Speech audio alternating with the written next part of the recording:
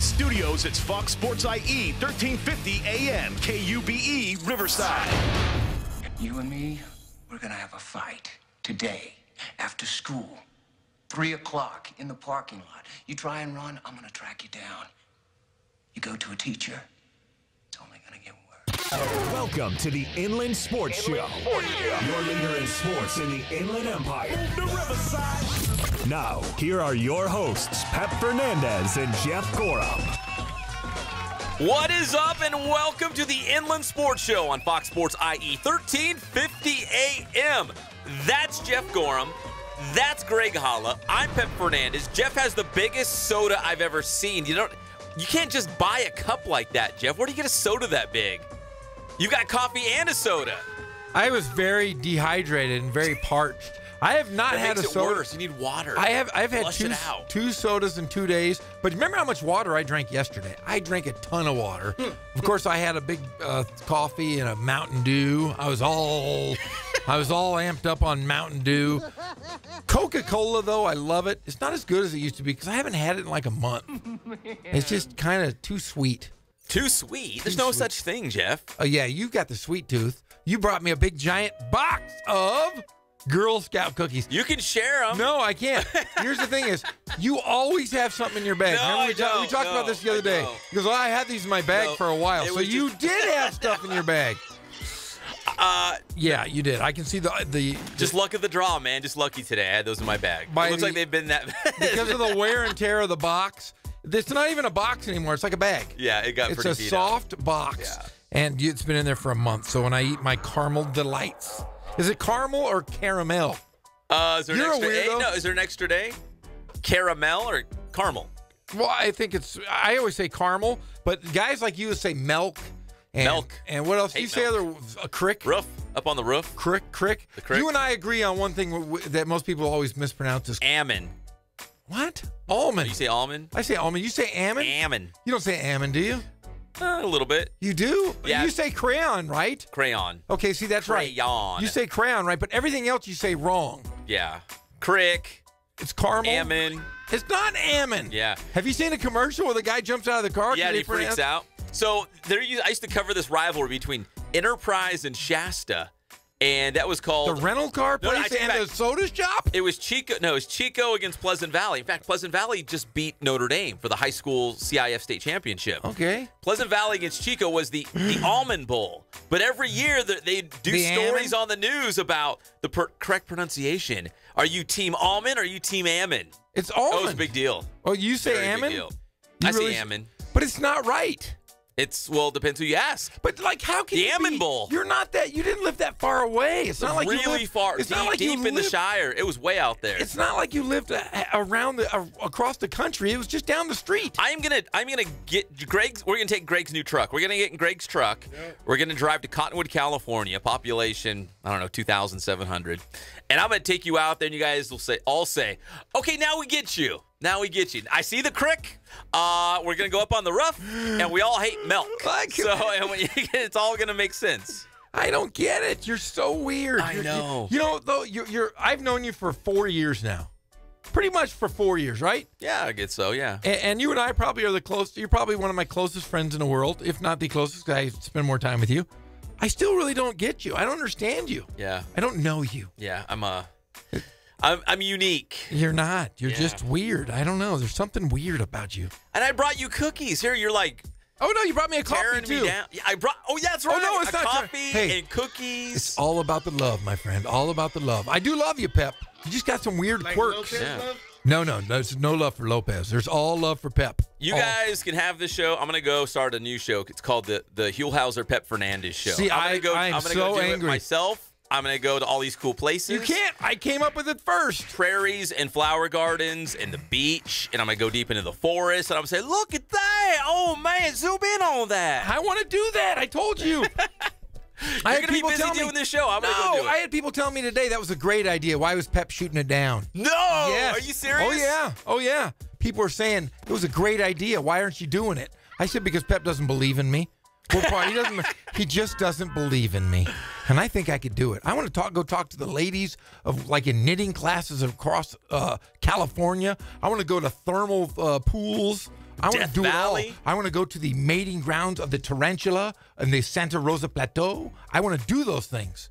Are we gonna stay in the IE? Or are we gonna? I think go our beyond? first show. I think our pilot should be in the IE, and I think we should sell it to all the cities. So maybe do one in San Bernardino, and then we do one in Riverside, and we go and we say, who wants this show? This fantastic show. You know what I want to do is the Mission Inn tour where they tell you about all the ghosts and and down below the city. Yes, that's what I think. That's what we need to do is do the catacombs of the Mission Inn, and then we do like a food place in Riverside, a cheap food place that nobody knows about, and we sit and we talk about it. What about a unique food place? A Bigfoot expedition? Would that? We're would doing. that count? That was my would next that thing. count? Yeah, that would count. That would count. But we'd have to go talk to a park ranger or our dear friend that called in on the show. Yeah. But I don't remember her name. I couldn't tell you. I'm drawing a blank too. Squatch lady. Yeah. But I do want to go. It was 98 degrees. It's almost that time, guys. the group. I got the big go tent. up there. We wouldn't just one night. It wouldn't be like snowing. It wouldn't be super cold. It'd be perfect. One night. I have 2 sets of. We're gonna load up Greg's truck. We're gonna go up there. I got goggles. What was it? Coke, apples, and Fritos. Fritos. Yeah, that's all we need, man. I'm telling you. Tank of gas. Just one day. We're good. And we'll stay up in Dogwood, which is in Lake Arrowhead behind Rim of the World High School. Which I think that's where she saw it, to be honest with you. Up there? Yeah. Oh, well, we know it's up there, but you think it's like right there? I think it's right there. I think that is the place. And we walk around at night. You can make sure that I'm okay. I'm going to drink heavily. No. Really Coke. heavily. You know what we're going to do? What? In the nighttime, we're going to have you walk around. My night vision. With your night vision, eating Fritos, apples, and Coca-Cola, just circling around the because perimeter. Bigfoot from far away might see you doing it and think, hey, he's one of us. He's one of the Squatches. Who's the new guy? He's the Squatch. Exactly. Yeah, they knew, dude. Who's the new guy? Who shaved you? I really want to do it, but it's getting warm. I think we should set it up for a weekend. It's hot. No, that guy lost all his fur. It's so hot. No wives, no kids. I can't deal with them. It'd be a nice break. Mountain Squatch. Yeah, mountain squatch. We all, I have a big enough tent that we can all I even have those big giant inflatable bed type things. It'll be just like one giant bed. Bring your sleeping bag. We sit up and we talk all night. I will sleep in the dirt. No, you're not. You wouldn't sleep in the tent with us? No, I don't Why think wouldn't you sleep in the tent? I'm going to sleep in the back of Greg's truck. You guys count me out. Why wouldn't you sleep in the tent with us? I'm in the bed of the truck. I have like a 10-person tent. There's like 5 of us. You can sleep in the corner. I don't care. I'll take a corner. I'm not going to cuddle with you or anything. I'll take a corner. Greg, I'm going to cuddle with because he's, look at him. Yep. He's cuddly. He's cuddly. He's cozy. Yeah. And then I'll use Cullen as a blanket. You're going to drape Cullen across you to keep you warm? Oh, yeah. Cullen's eyeballs are going to be big all night long. He won't sleep a wink. No. But I'll be all nice and warm and toasty. I sleep naked in my tent, too. You did, yeah. You failed to mention that part. I'm going to have a It's called burying the lead. No. It's called burying the lead. That's like the most important information, and you bury it at the end of your story. I'll be in a sleeping bag. It won't matter. Just my face will be sticking out. That's it. Oh, no. I'm excited. It's going to be fun. You got to plan it. But we have to have, if we're going to do the Huell Hauser show in the IE, it's got to have a different name. We can't take just California Gold. Why can't we go California's Gold? It's right, copywritten. But why wouldn't we just take over? California. Golden California? Well, California's Gold just flip it. is owned by Chapman University, so we got to go butter up to Chapman University. They own the rights. I'll say my dad went to Chapman University. Did he? He did for a while. I don't know what he... But yeah, he slept under the bleachers or slept something. under the football stadium. Yeah, that's right. Yeah, he was a theology major. My dad was Pastor Gorham. Pastor Gorham was going to be a pastor. Yeah. I think we do it, though. Let's do it. Do it, team.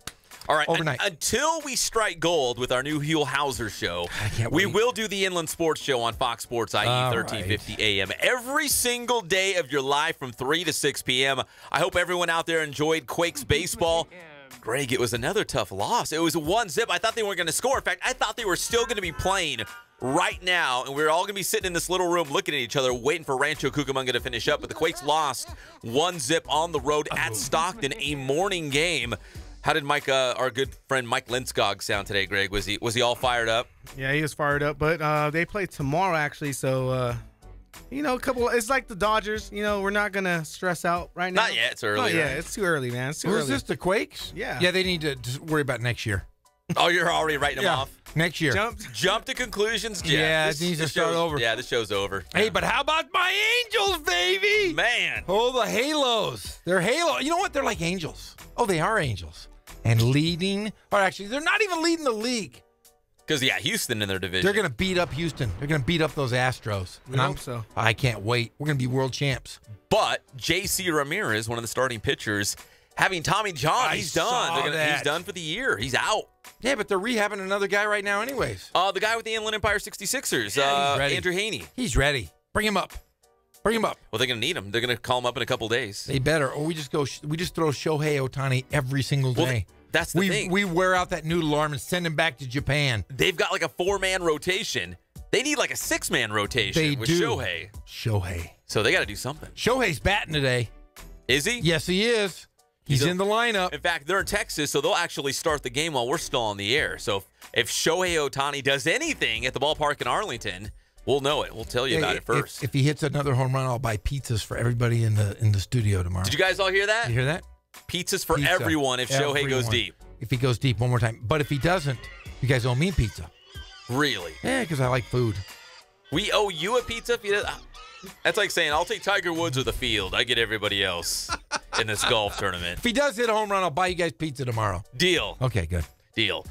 Speaking of the Angels from the Dodgers taking on the A's tonight, but that's not the big news today because Major League Baseball announced that the Dodgers are getting the 2020 All-Star Game. So the first time in about 40 years, the All-Star Game, the Midsummer Classic, coming back to Los Angeles. Oh. Because usually what they do is they move it around between the new ballparks. But now they're going back to Dodger Stadium, one of the older ballparks right now on the circuit. So that's pretty cool. The first time since 1980. Hey, it's about the All-Star Game's coming back. That's about the same time they won the World Series. 88. Ooh, I just threw him under the bus. How about those Angels? The best start in 30-plus years. He always goes back to the Halos. You know what that's called? Because I took Logic in college. Took a class called Logic. And that's a red herring. That is a red herring. You know what a red herring is? Yes, I do. I'm like, man, those Dodgers All-Star Game. Dodgers. Hey, how about those Halos? The best Big-time red herring. Best start in 30 years. That's all I can think about. No, they're good. I'm staying awake Not at as good as night. the Mets, but pretty good. Yeah, I don't know. There's home runs are hitting a lot of them. 19 home runs on the season because Albert Pujols went deep in that win against the Rangers last night, 8-3. So they have 19 home runs on the season. That leads all of baseball. No team has hit more home runs than the Halos as of right now. And that puts Pujols 16 away from he's got a magic number. I think he's got 3 magic numbers. He's closing in on 3,000 hits and 2,000 RBI. He's already passed 600 home runs. So he's kind of reached that milestone. I don't know if he'll get to 700, but he's past 600 home runs. Oh, he will. He might do it this year the way he's playing. Really? Now, a couple of years. He's got that contract until he's like 70, so maybe he can do it.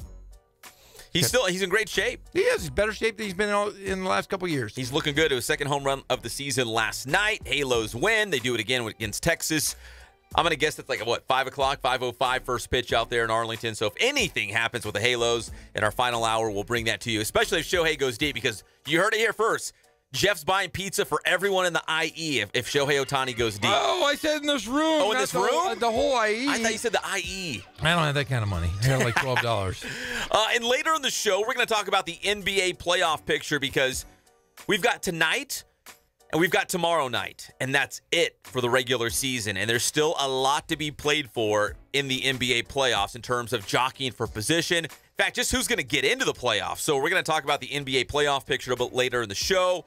Coming up in our final hour, probably in the last 30 minutes, we're going to have Sophia Bullman calling in live. Now, if you recognize the name, it's because she was a big star on The Voice. The Voice. And she's from the Inland Empire, and she's going to have a special concert for the Lake Elsinore Storms home opener come Thursday night. She's going to have a concert right there at the Diamond.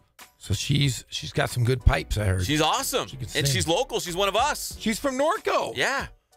Everything comes from Norco. The great Taylor Dawkins from Norco. We had Naomi Yim. MVP of the All-Star Classic. And now the great Sophia Bullman. The velvety sounds of Sophia Bowman. Yeah, so if you've heard of her, that's why. You saw her on TV on NBC singing on The Voice. So she's going to call us live at the end of the show because she has a big-time rehearsal down there at the Diamond. And then on Friday, assuming the concert goes great on Thursday night, and I'm sure it will, she's going to join us in studio. Whoa! We'll have her sing for us in studio. That means you got to put on deodorant and shave. You got to clean up your act, Jeff. This is a nightmare. You can't be serious, Jeff. You got to be fun-loving, sweet-smelling Jeff.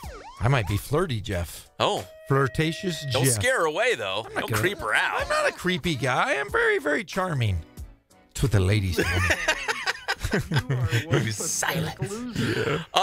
We got to thank our sponsors. It's going to be a big show. We got to thank them. It's Spoiled. Quick quality oil change. You'll be spoiled by great customer service and low prices. Make sure you check them out off of Alessandro Boulevard. Shout out to Bill Navigato. Shout out to Luke Navigato, the player of the week in the Pac West at Cal Baptist University. What up, Luke? Ken Sporting Goods, more than 40 years in the Inland Empire, bringing you all of your sporting gear needs and Letterman's jackets and team sales. All of your athletic supplies, you can get them all in one spot. That's Ken Sporting Goods. Boost Performance Training with Coach Ray Bass. Check them out off in Corona, and make sure you follow them on Instagram and Twitter because they're doing a lot of cool things. They got a lot of great athletes there. Keep up with the very latest. BoostTrainingSystems.com is the website. That's Boost Training with Coach Ray Bass. And Catalano Motors in Corona, where you can buy, trade, and finance all in the same spot. So easy when getting that new car or truck. No pressure, no headaches. Only at Catalano Motors off Temescal Canyon Road in Corona. CatalanoCars.com is the website. When we come back here on the Inland Sports Show on Fox Sports IE 1350 AM, another big-time Pac-12 school is coming to the Inland Empire to do a little football camping. We got the latest, plus could Tim Tebow really return to football? It might happen. We'll talk about it. We'll be back. It's the one and only Inland Sports Show on Fox Sports IE 1350 AM.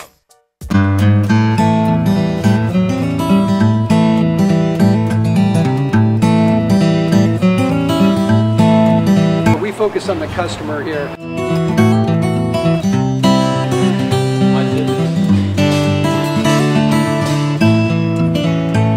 Believe it or not, that is the biggest thing for customers on an oil change. They just want the convenience of coming in, driving in, getting it done, and driving out.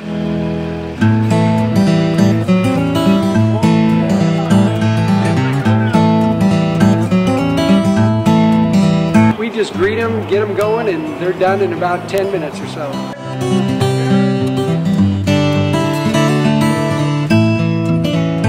We don't push any sales on them. We do the oil change, and I think that's what sets us apart is our customer service. Vacuumed and cleaned your windshield for you as well. Everything's looking pretty good. You come into us one time, believe me, we'll spoil you and you'll be ready to come back the next time.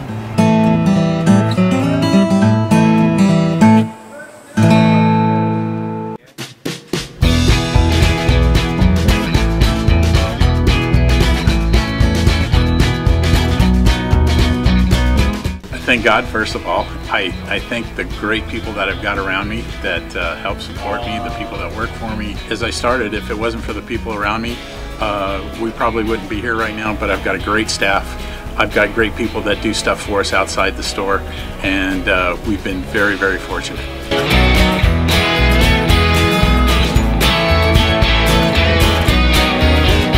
Our service is impeccable, and we just keep trying to get better every year. We can do online stuff for your teams, as well as, like I said, the screen printing, the embroidery. We also have 3 women that do extra sewing for us, like tackle tool on uniforms, or the bling or rhinestones for different shirts for the ladies. That's why we have certain racks just for certain schools, and the fun about that is that it turns into other schools that may come in here that aren't as close, that we can do stuff for them as well.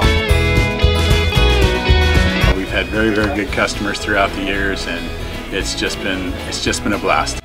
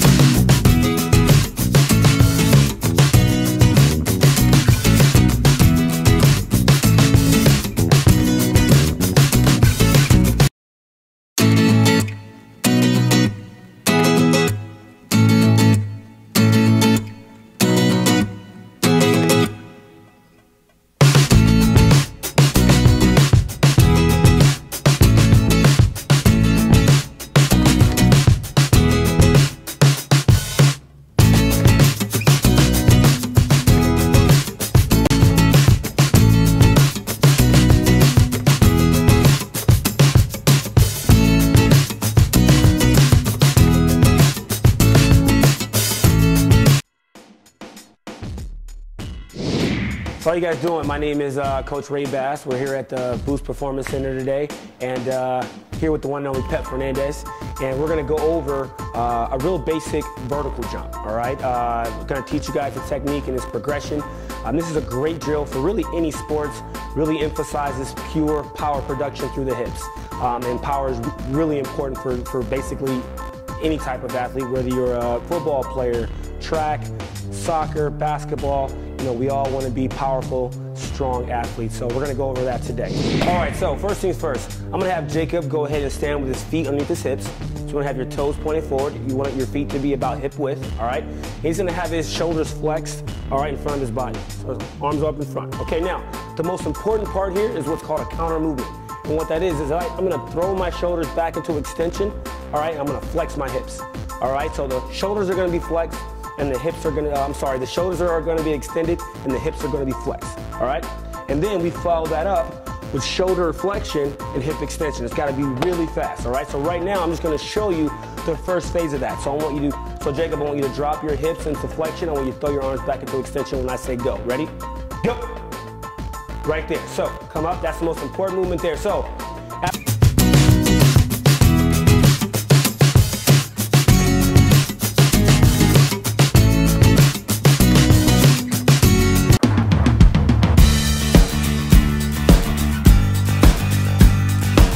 We're small, family-owned, strive for quality pre-owned vehicles. We're not a volume dealer, and we take every deal as personal to us.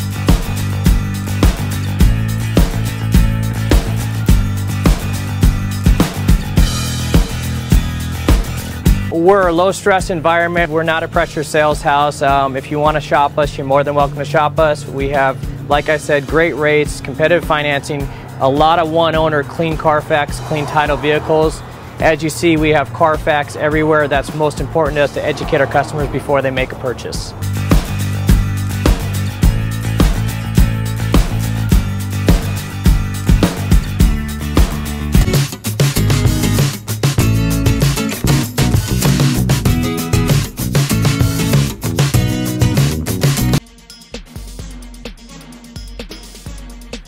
Welcome back to the one and only Inland Sports Show on Fox Sports IE 1350 AM.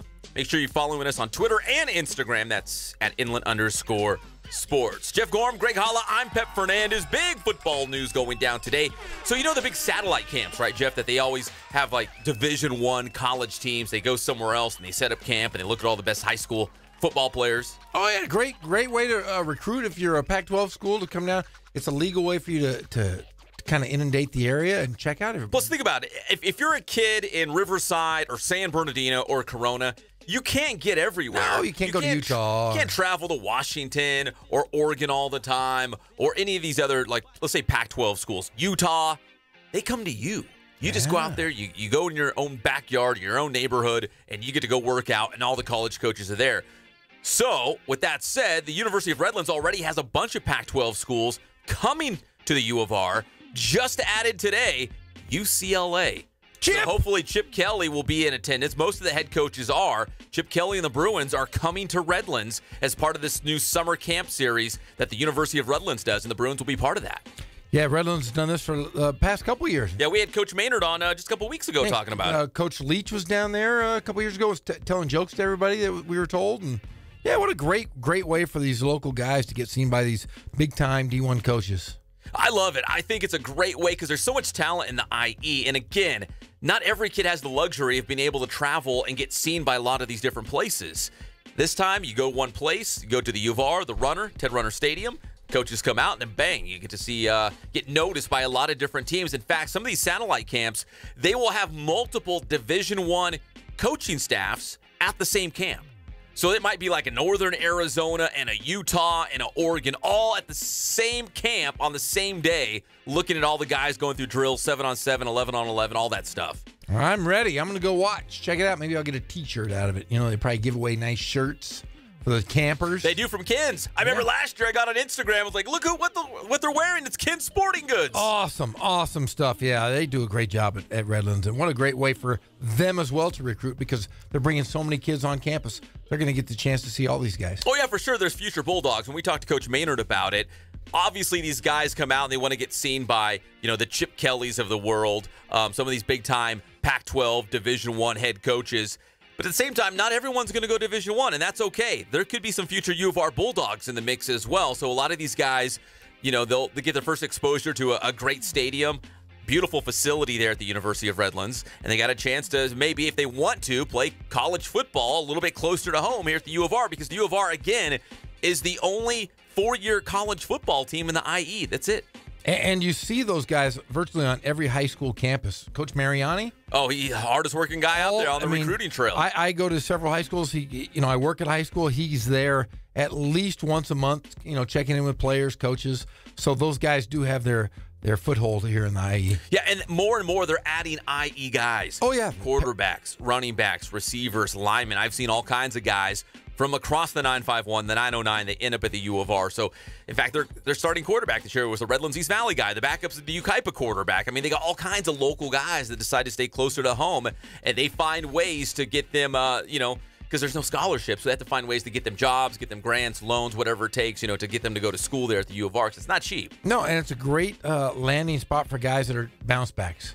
A lot of guys that say, hey, I don't want to, they go away, they go play in Utah or Idaho, and they find out that they don't like living there, so they want to come back home. And what better place to go play at University of Redlands? In fact, funny you bring that up, because I remember last time the University of Redlands head coach Mike Maynard, he told us that there was a guy out there, a former Division I running back, who was thinking of wanting to come back home and go to the U of R. It's not going to happen. It's not? No, it's not. I forgot to tell you. It's not going to happen. I'm not even going to mention this kid's name. I'll tell you off the air. I know exactly who it was. But there was a running back, and they were all excited that he was going to come back to the IE and tote the rock for the Bulldogs. But for whatever reason, it's not going to happen. Dang. But it does happen sometimes, and Yes, not in this does. case. That it does.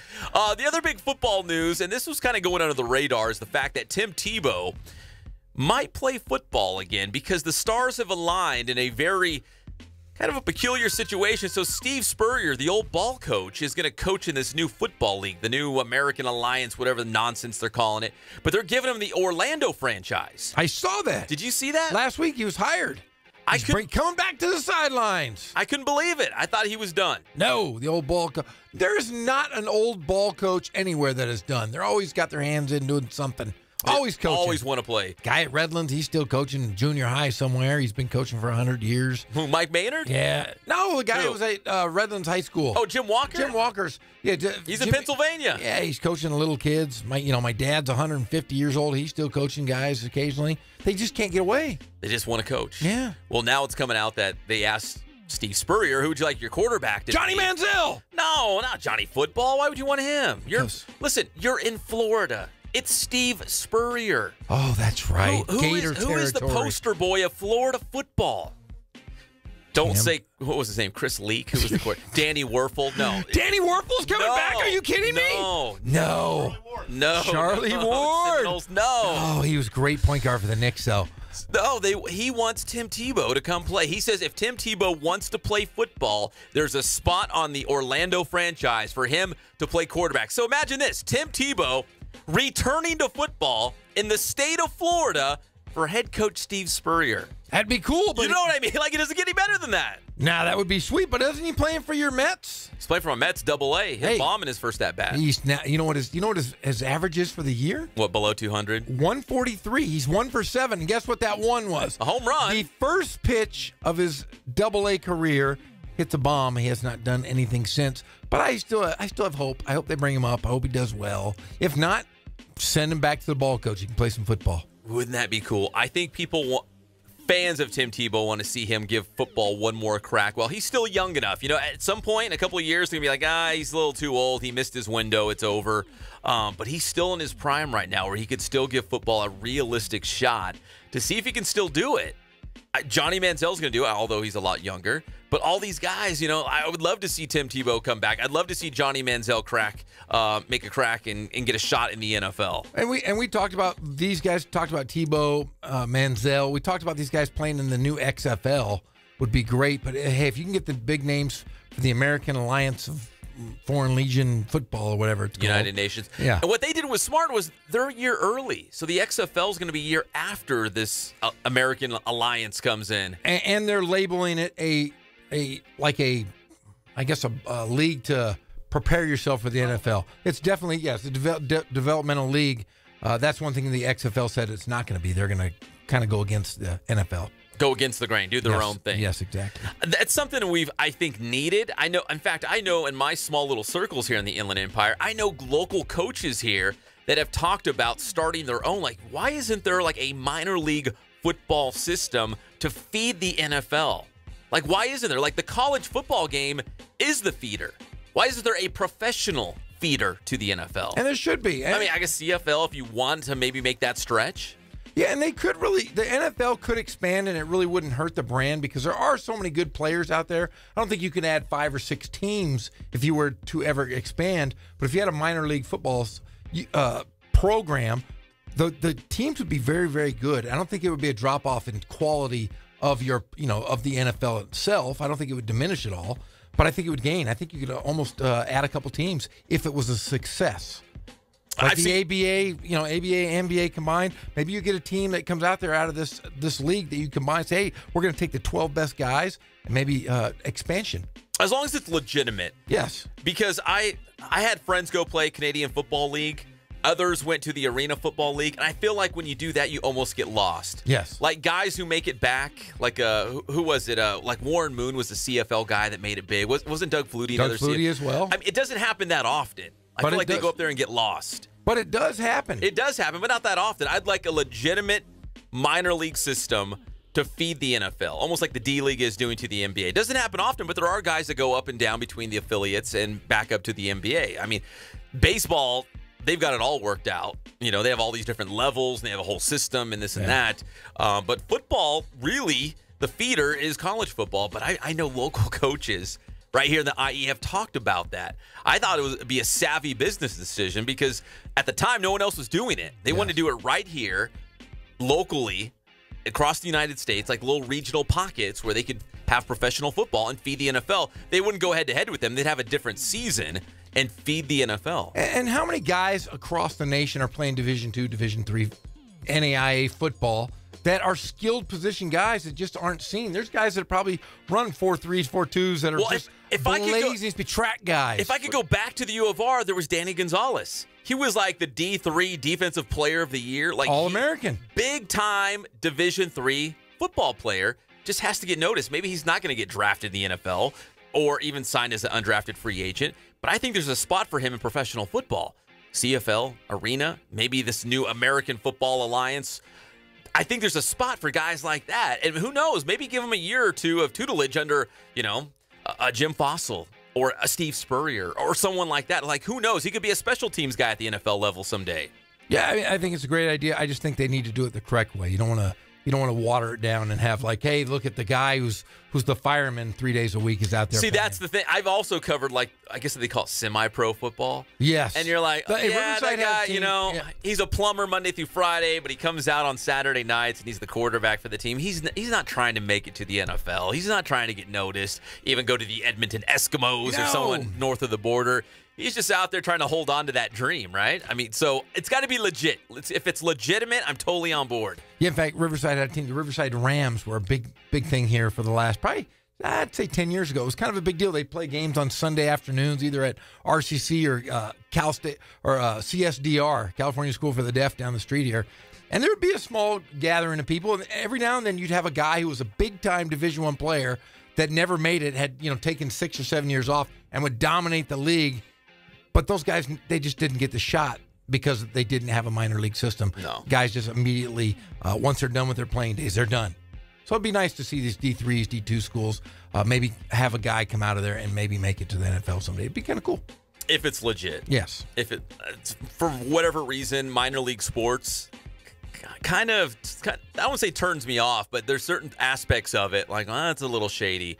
I think there's only certain leagues that are established, like a California league. The American Hockey League, obviously. But I've seen so many minor league teams pop up and then just disappear. They fold up and they're gone in the middle of the night. And you're like, wait, how was that league? There was a team here. And the independent baseball leagues, you'd have like a Long Beach team, or you'd have a team out of San Bernardino, and Jose Canseco and his brothers are playing the Giambis. Exactly. Yeah, you don't want that, because then that becomes a mockery of your sport. What was that team? There was was it the Fullerton or Long Beach Armada? There was some like baseball team or OC Flyers. Yeah, like, you know what I mean? Like, if it's legit, if it's California League, you got affiliation with the Dodgers or the Angels, or you're the Clippers and you have an affiliate in Ontario. Like, okay, I get that. That's legit. And really, the only minor league system that really works in all of the three major sports is really baseball. Well, hockey does too. Hockey does to an extent, but not so much here in the United States, I would say. It's more in Canada. It's more across, well, the Russia. junior leagues in Canada, that's where they groom like the next big stars. But I've seen from the ECHL to the AHL to the NHL, like they move guys up and down, and there's the direct affiliation, and so the Kings have the reign. So it's not like, well, there's some random independent league team out there that's trying to feed some other Division I or NHL program. Yeah, so really baseball is just really kind of, if you take that model, you can't obviously copy it, but you take the model form of that.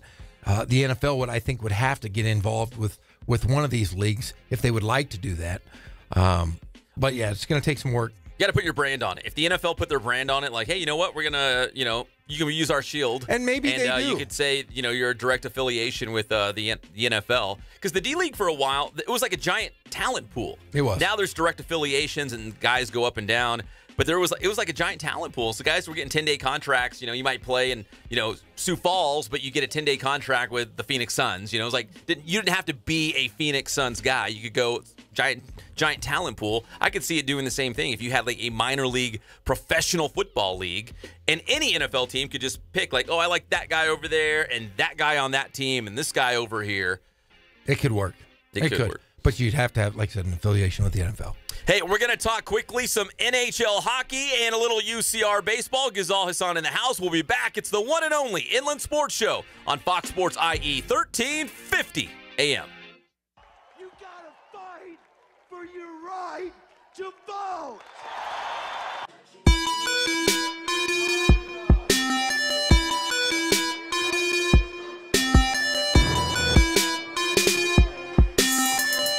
I played once upon a time at Centennial High School. I was actually on the first ever CIF championship team back in 2000, and then my senior year we won it again.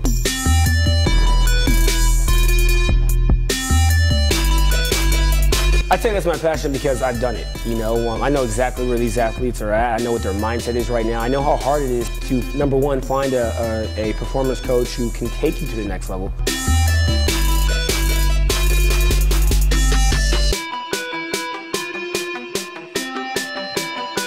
What sets us apart has to be, how we work with our athletes and what we know.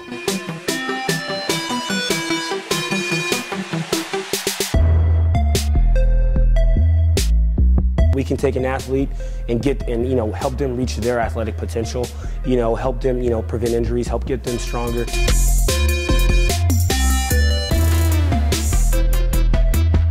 I know every single athlete who steps into this gym. I know exactly where they're at, and I'm going to progress them every week. If you're not getting results, then, what's it about? We're going to deliver something that's measurable, in terms of speed, power, strength, agility.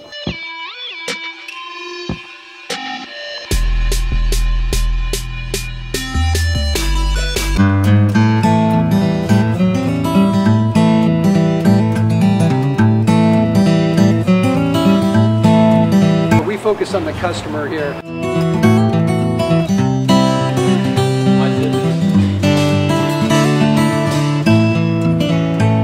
Believe it or not, that is the biggest thing for customers on an oil change. They just want the convenience of coming in, driving in, getting it done, and driving out.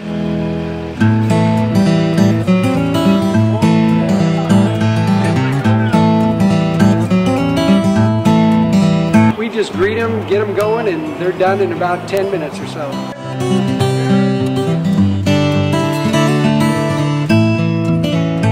We don't push any sales on them. We do the oil change, and I think that's what sets us apart is our customer service. Vacuumed and cleaned your windshield for you as well. Everything's looking pretty good. You come into us one time, believe me, we'll spoil you and you'll be ready to come back the next time.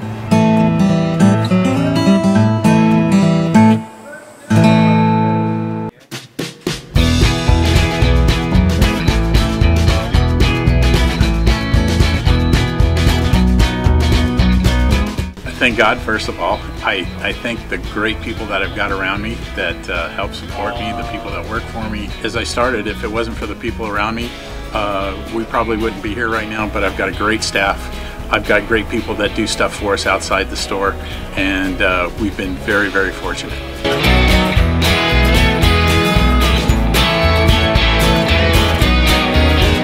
Our service is impeccable, and we just keep trying to get better every year.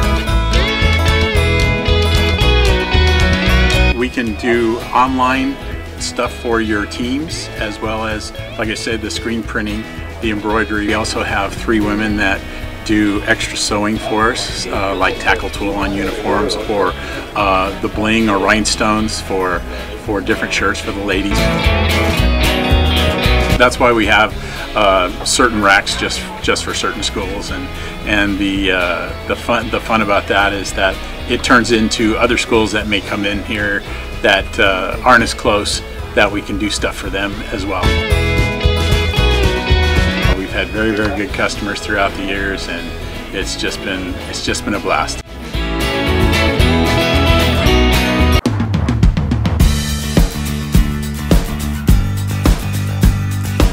We're a small family-owned, strive for quality pre-owned vehicles. We're not a volume dealer, and we take every deal as personal to us.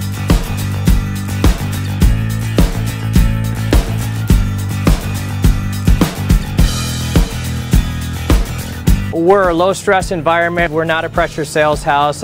If you want to shop us, you're more than welcome to shop us. We have, like I said, great rates, competitive financing, a lot of one-owner, clean Carfax, clean title vehicles.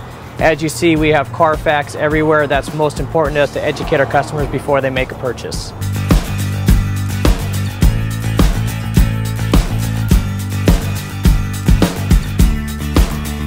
We're right off of Ontario, right off a couple exits off the 15 freeway, off Cajalco, off El Cerrito, and we're right on the main drag going into Dos Logos and the Crossings.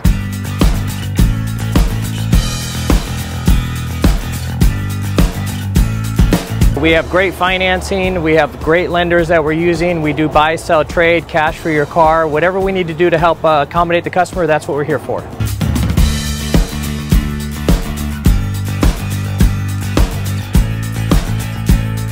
We have a little bit of everything. We start at about $69.95 and go all the way up to $100,000. We have Escalades, we have commuters, we have pickup trucks, we have Jeeps, sport utilities, and if we don't have it, our specialty is finding you exactly what you're looking for.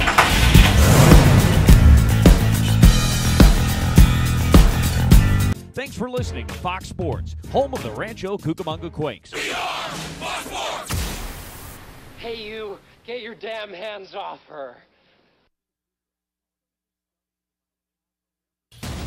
We're back to the Inland Sports Show. Here are your hosts, Pep Fernandez and Jeff Gorham.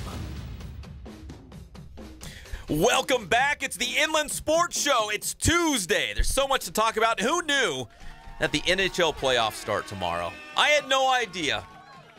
I did. I did. Of course did? Yeah, because it's all, the whole big thing is Vegas makes the playoffs in their first year. That's a pretty It is a big story, and they're playing the Kings, so there's like a Southern California connection. But here's the deal. So I'm so wrapped up into the end of the NBA playoff picture, you know what I mean? Like all these teams jockeying for position, who's going to get in. We got baseball starting up. The Halos are red hot. The NFL draft is coming. I feel like the NHL playoffs, at least the start of it, kind of gets lost. And I love playoff hockey. But I feel like, oh, man, I had no idea the Stanley Cup playoffs start tomorrow. So it's going to be the Kings playing Las Vegas, the new expansion team, on Wednesday. And then we're going to see the Sharks and Ducks on Thursday. If the Ducks and Kings both advance out of the first round, we'll see a Kings-Ducks second-round series in the Western Conference. I'll tell you what, though. The Kings and the Ducks have something really good going. But this Vegas team is special. They've first year in existence, brand new place. They're winning. You know, they're trying to win it for the city, for the victims of the horrible incident last year. This is a very, very good ball club. I mean, look at their record. They were fantastic this season. They were 11th in power plays on the year. They've done a lot of big things. Let's see what else. They've 5th in goals per game overall in the entire NHL. Goals against are 8th, and penalty kill percentage is 10th. They are a studly team, and I'll tell you what, the Kings are in trouble. They think they're going to go into Las Vegas and beat them. A little bit of a bad look for the NHL. You bring a new team in, and they're already in the playoffs, and they're already doing. I'm a bit of a traditionalist. I think now the NFL, remember when they added the Jaguars and the Panthers, they did really well right away too. Yeah. But it still took them 2 or 3 years. But you know what it is? It's like those expansion drafts, right? You know, it's like okay, who are they going to make available? Okay, I like that guy. I like that guy on this team, and I like that guy over there. You know, now with the talent spread out, like 25 years ago, the expansion draft was horrible in any sport. Now, with all the salary cap stuff and all the financial stuff, everybody's even.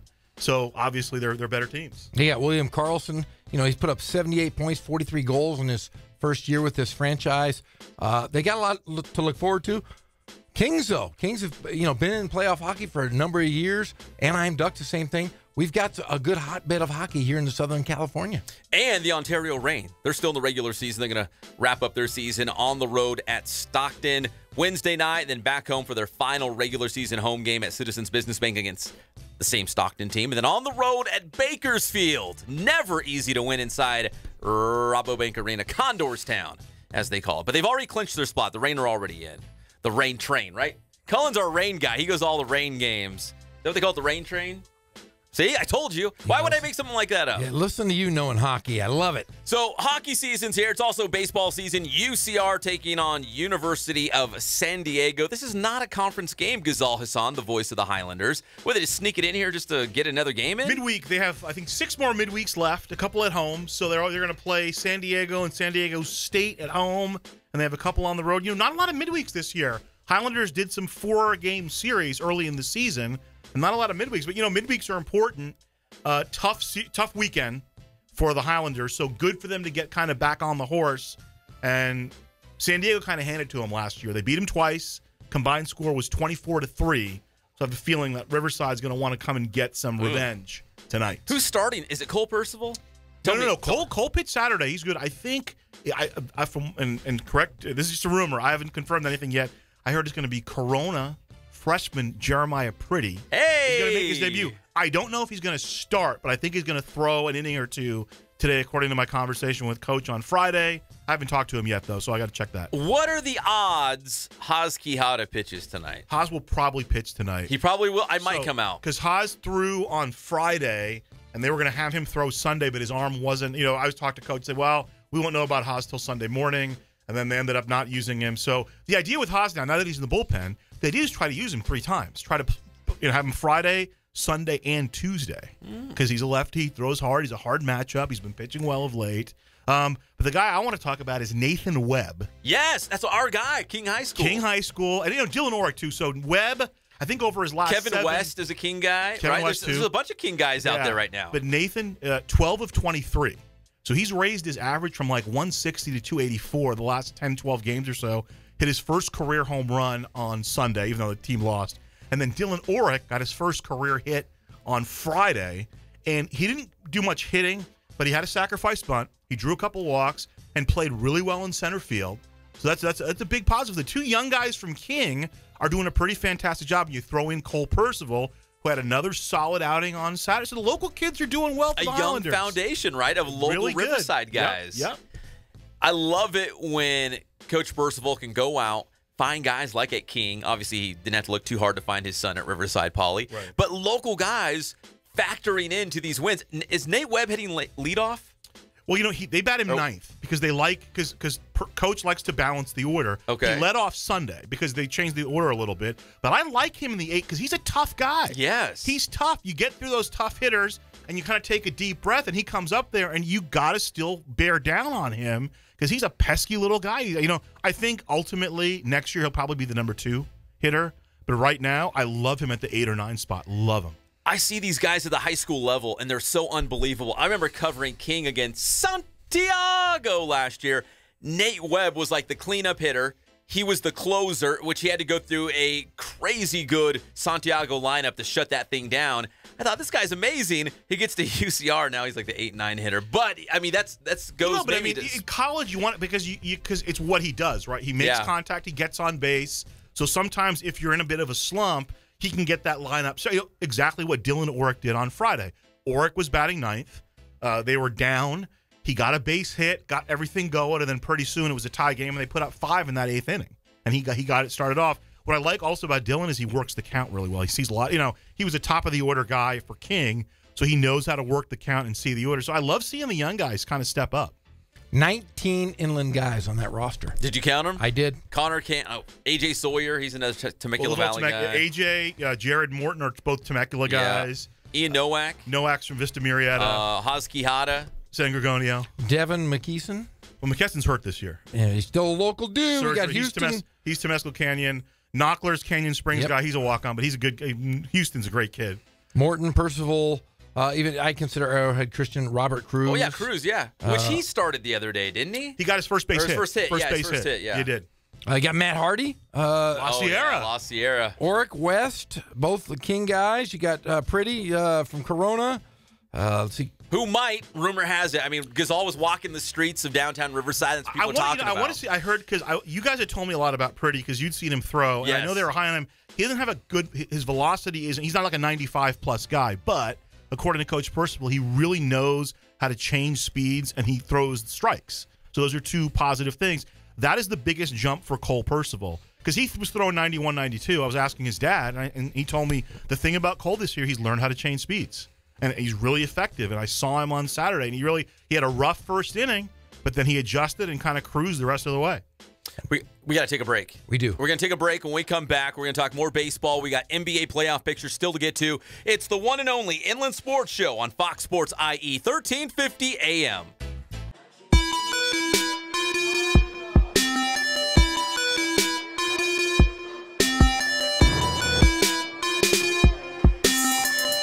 I played once upon a time at Centennial High School. I was actually on the first ever CIF championship team back in 2000, and then my senior year we won it again.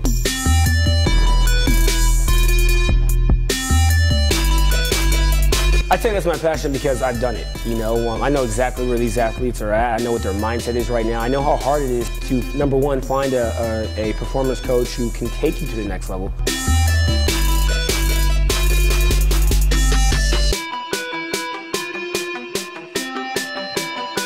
What sets us apart has to be, you know, how we work with our athletes and what we know.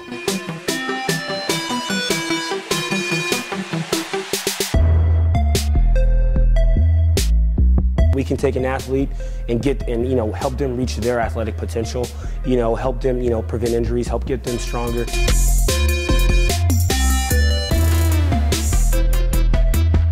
I know every single athlete who steps into this gym. I know exactly where they're at, and I'm going to progress them every week. If you're not getting results, then, you know, really what's it about? We're going to deliver something that's measurable, you know, in terms of speed, power, you know, strength, agility.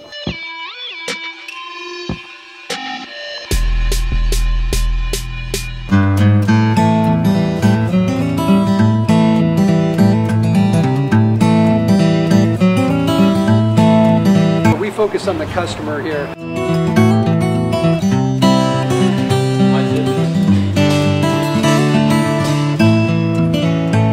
Believe it or not, that is the biggest thing for customers on an oil change. They just want the convenience of coming in, driving in, getting it done, and driving out.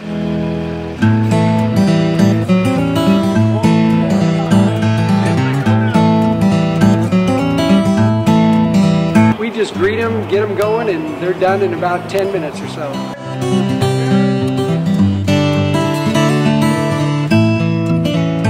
We don't push any sales on them. We do the oil change, and I think that's what sets us apart is our customer service.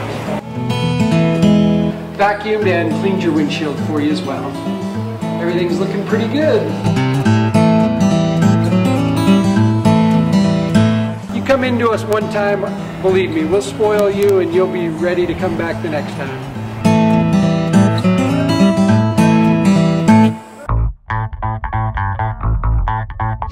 you guys doing? Coach Ray here from Boost Training. We're here today at the Boost Performance Center with the one and only Pep Fernandez.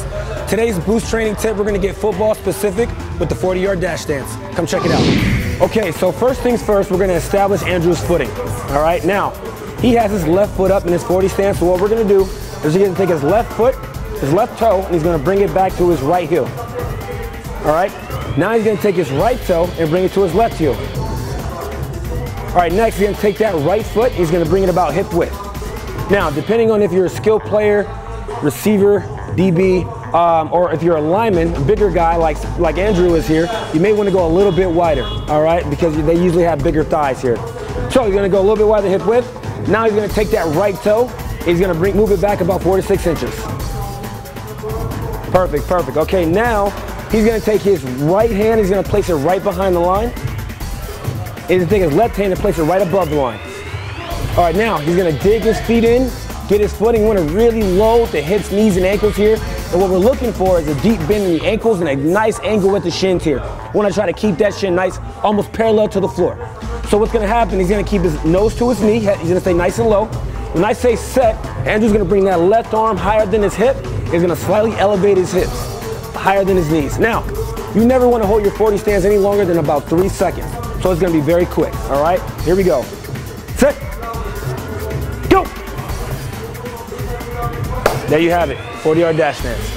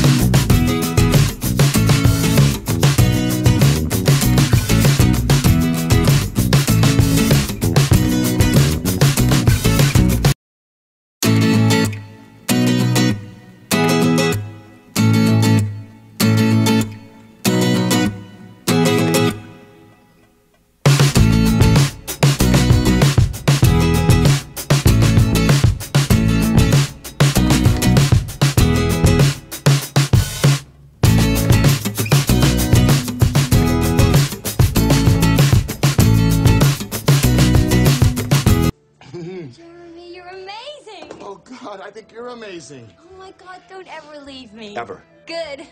Because I'd find you. We're back to the Inland Sports Show. Here are your hosts, Pep Fernandez and Jeff Gorham. Welcome back to the Inland Sports Show on Fox Sports IE, 1350 a.m. every single day of your life from 3 to 6 p.m. As long as it's Monday through Friday. I'm not coming here on the weekends anymore. We're brought to you by Spoiled Quick Quality Oil Change, Ken Sporting Goods, Boost Performance Training, and Catalana Motors in Corona off of Temescal Canyon Road. Now, I was trying to line up a very special guest. So if he calls, we got to stop what we're doing. Like, everyone just, if you have to hold your breath, whatever it takes, just stop what you're doing. We're going to go straight to the Spoiled Quick Quality Oil Change Celebrity Hotline. I'm looking. It's not a girl, it's a guy. It's a guy. Come on. Nobody move, nobody get hurt. No. I remember the good old days. We'd have like a Laker girl in here or a... Better. Better? Better. There's nothing better than a Laker girl.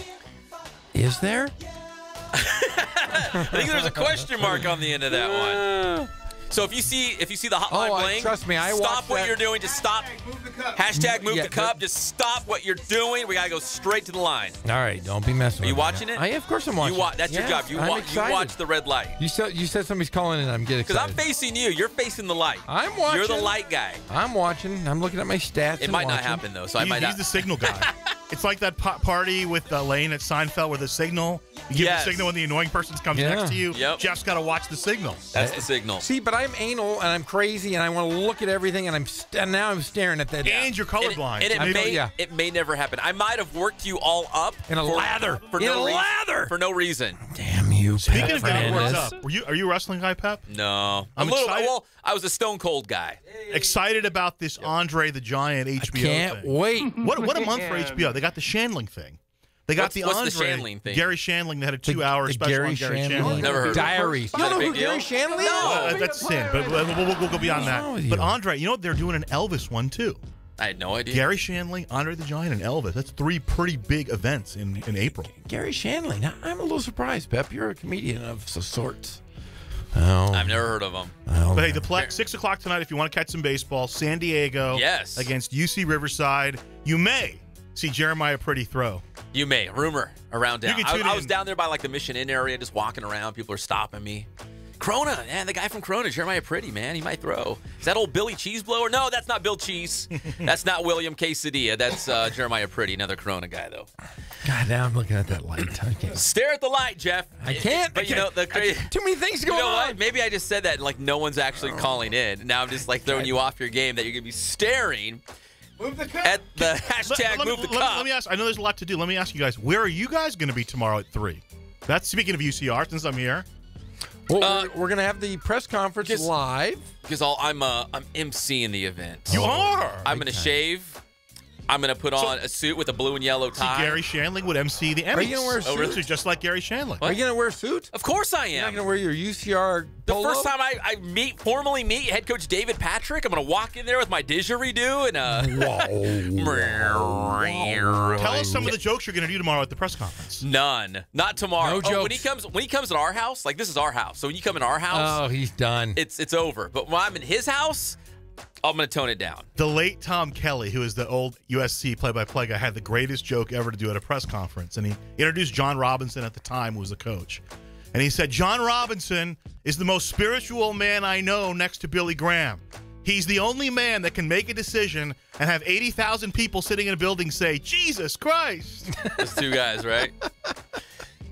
All right, so if the light blings, we're going to go straight to it. But right now, we're going to talk NBA playoff picture. The Lakers take on the Rockets tonight. If you're a Lakers fan, they're going to finish out the season with Houston, then the LA Clippers on a Wednesday night. But the game that you got to watch, if you're a basketball fan, if you want a game with importance, it's juicy. It's going to be Denver at Minnesota. That's for 8th place. The winner gets in. The loser is out of the playoff picture. Minnesota's been really banged up. And for them to still have a shot, the wheels kind of fell off, but they still have a shot to get in there. And Denver, like the Utah Jazz, Jeff, we were talking about Utah yesterday, one of these teams that I feel like you could go down the roster and you're like, I don't really know that guy. No Gobert. I look at the Nuggets roster. I feel like the same thing. Like you look at these star-studded Houston Rocket teams and Golden State Warriors, and of course we talk about the Spurs a lot because of Kawhi Leonard. Denver and Utah, two teams from kind of out of nowhere. Yeah, Denver is, I remember the heyday of Alex English, Dan Issel, and all the big studs. Well, Mount Mutombo. Don't skim over that era. No, but I'll tell you, you go to their roster, and they're really, other than, you got Wilson Chandler, Kenneth Faried, Devin Harris. No, try again. Richard Jefferson. What? Yeah. He's not in the league. Still in the league. Still in the league. We got Vince Carter on the Kings. Go ahead. You got Mason Plumlee. Remember him? Yeah, I do, but no. He's making $14 million a year. He's stealing. But Denver, the whole Western Conference, these guys are playing for a playoff spot, and they're 11 games over 500. You go to the East, there's teams that possibly could make the playoffs that are near or under 500. Are you watching the light? That's your job. Remember, you got one job. You got to watch the light. I got mine. Yeah. But it is cyclical. I'm interested in the top of the Western Conference. It's really interesting. Obviously, Houston's going to be number 1. Yep. And Golden State will be number 2. But like 3 to 5 is going to be pretty compelling, pretty interesting. Even as of the other night, like the Clippers still have a chance. Right now, Portland is 3, right? I think so. I think Clippers. The Clippers. Portland's 48. San Antonio 3. No. It's Portland is 48 and 33. Would they be the 3 seed? They will be the 3 seed. San Antonio is 47 and 34. Right now they sit in the 6th spot. Which is crazy. It's only like a game. So that would be a crazy first-round matchup. You got Portland and San Antonio. And then if San Antonio can sneak into that 4-5 matchup, if they can win, they'd end up playing Houston in the second round, and that's a good matchup for them. And you know what? Keep an eye on who's going to finish 7th, because if you finish 7th, you might run into a pretty banged-up Golden State team. If you finish 8th, good luck with the Rockets. If Utah defensively have been playing, I mean, ever since Gobert has been back, I think there's something like 28-7 or something like that when they had him Gobert. back. Yeah, but I tell you what, Donovan Mitchell is my rookie of the year. If I was to pick, if I had a vote, well, Ben Simmons is going to win the rookie of the year. Yeah, but honestly, let's think of it this way: did we even equate Utah to even making the playoffs? You lose Gordon Hayward.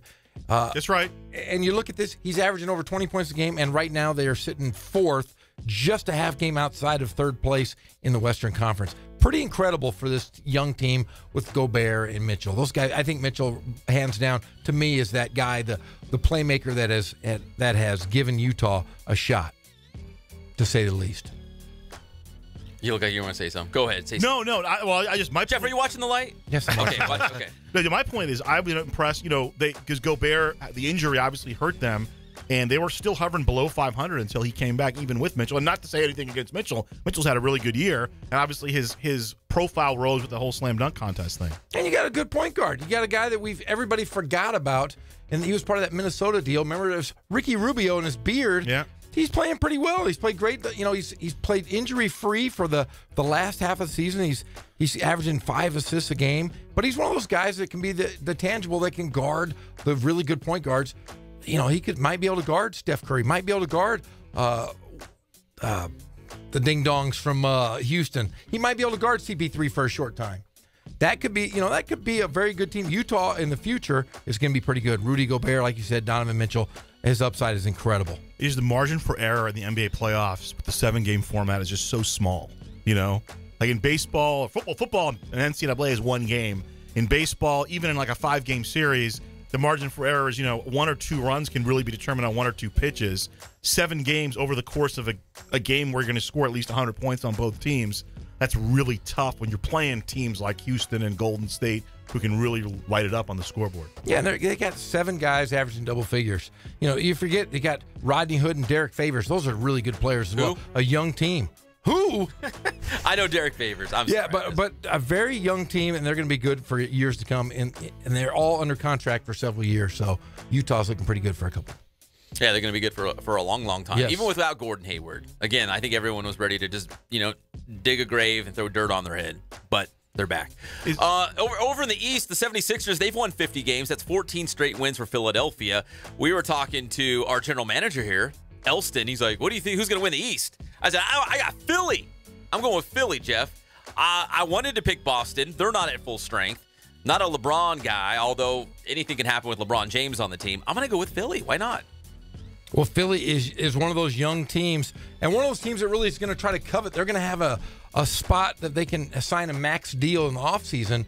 And I know that they're trying really hard to get LeBron. They want LeBron, but everybody wants LeBron. I don't know if you need LeBron. You've got a pretty good a good core of young guys. You got Embiid when he's healthy. He's one of the best, probably I think maybe first or second all league as a center, a true big man, a true big man, post player. But then you have Ben Simmons, who's a 6'11" point guard.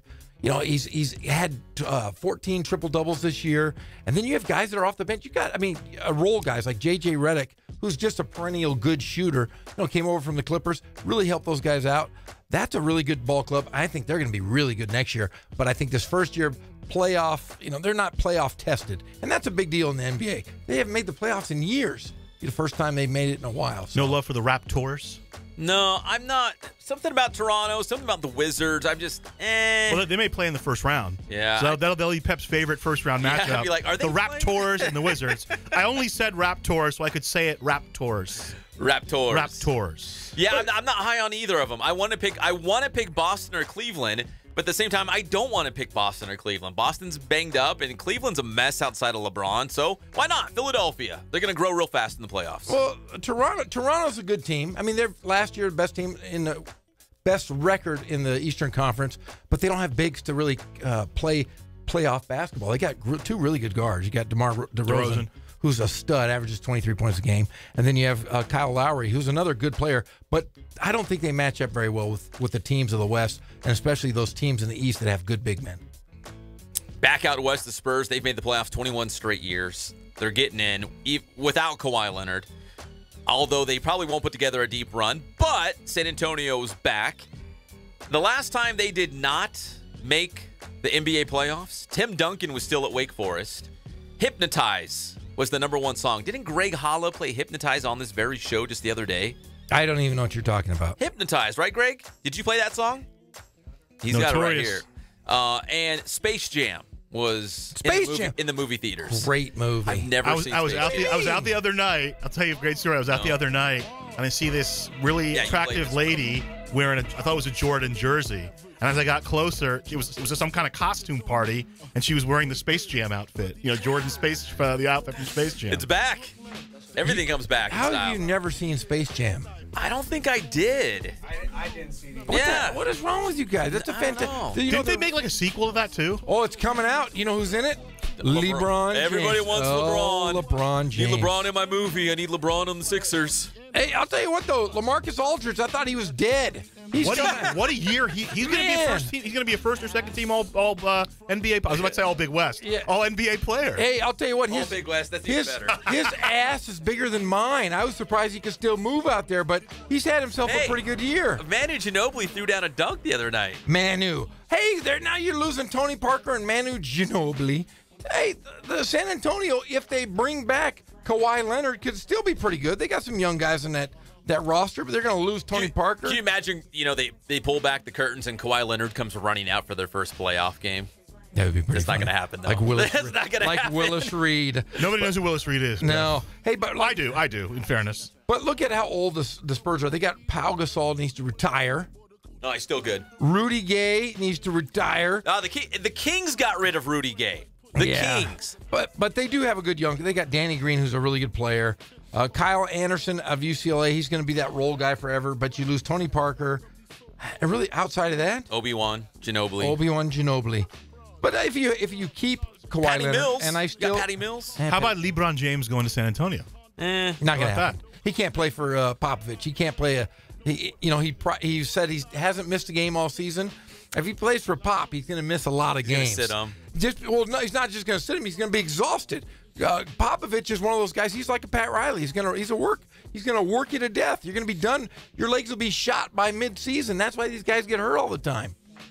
I'm surprised that LaMarcus Aldridge lasted this long. Barely. Wasn't he hurt off and on? Maybe that's why he gained all the weight, because he knew he was going to have to shed it and try to get in shape with playing for Popovich. I'm telling you, man. But you got Pau Gasol, who just looks like a shell. Like a camel, right? He hides in his lumps. The Lakers, he burns it off. I think the Lakers played the Spurs relatively early, and LaMarcus Aldridge was running around looking like he was about, like 270, 280, and then I watched him play about a month ago, and he's slimmed down, and he's playing well. That's the first time that the Lakers have swept the Spurs in years. Man, so the Lakers are really good. Oh, they're going to be great. Do you have world champs? Do you have Fergie? What are you going to do with all those humps in honor of LaMarcus Aldridge? My lady lumps. Like a camel. He's just storing up in those lumps, those luscious Spurs lumps. I'm a little happy that you knew who Fergie was. And why did you tell me somebody might call? On the show. Why did you tell me somebody might call? I'm watching this thing nonstop.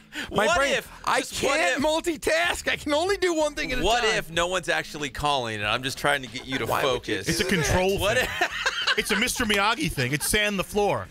Jeff, watch phone. Yeah, I can't do it. I can't do both because now I'm excited. In our next segment, I'm going to have you maybe like, hey, you know what?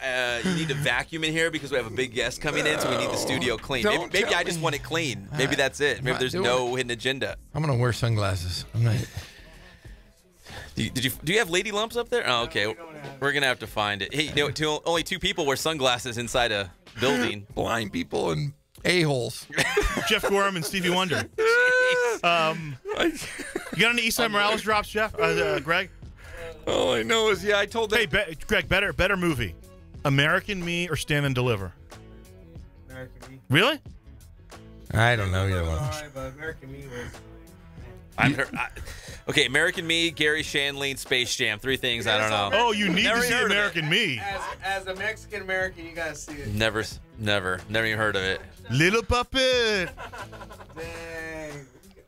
Dang. Greg, here's the deal. We're gonna get in your truck. We're gonna fill it up with gas. We're gonna drive to Cottonwood, California, USA, and you're gonna learn all about Pep Fernandez. When I drove back from Fresno, I drove past McFarland. I didn't realize it was a real place. The Kevin Costner movie. It's a real place. In fact, the cross country. Based on a real guy. Yes, it was. In fact, so I did my sports cast live from McFarland High School with all the runners who were featured in the McFarland movie, and there was a big write-up in Sports Illustrated. It was the weirdest live shot ever because the guys acted like the coach was dead. Like, it was a real somber mood, and the guys were going to be crying. Are you watching the light? Yes, it was weird. I was like, hey, we're trying to celebrate you guys. Yeah. And they just won, like, the state title and all this stuff, and they were like, oh, yeah, coach. Like, everyone's going to cry. And I'm like, dude, this is the weirdest thing ever. So take Stand and Deliver. Yes. Make it about cross country. And instead of Edward James Olmos, make it Kevin Costner. And that's basically, I mean, it's a good movie. It's a nice, feel-good movie. It's a Disney movie, right? It must be. It has to be. Yeah. But yeah, they have a big sign on the freeway at the 99. Yeah, it's a real place. There's a McDonald's there. I think there's like a little prison. And there's McFarland High School. You should do the show live from McFarland High School. A prison. I already have, but we can do it again. All right, we come back here on the Inland Sports Show on Fox Sports IE 1350 AM. We have the exclusive details how you can watch and listen to the big press conference tomorrow at UC Riverside. We're going to welcome the new head basketball coach to the Riv. We'll be back. It's the one and only Inland Sports Show on Fox Sports IE 1350 AM. Hey, Kimo, you proud of me? I'm the first dude here. What's calculus? Inland Empire sports fans turn to the Inland Sports Show.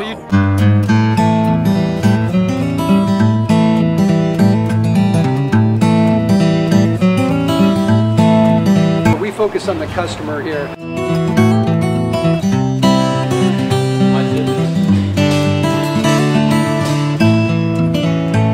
Believe it or not, that is the biggest thing for customers on an oil change. They just want the convenience of coming in, driving in, getting it done, and driving out.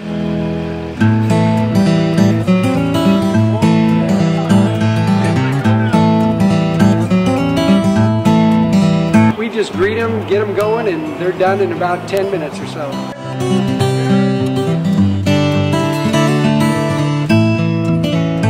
We don't push any sales on them. We do the oil change, and I think that's what sets us apart is our customer service. Vacuumed and cleaned your windshield for you as well. Everything's looking pretty good.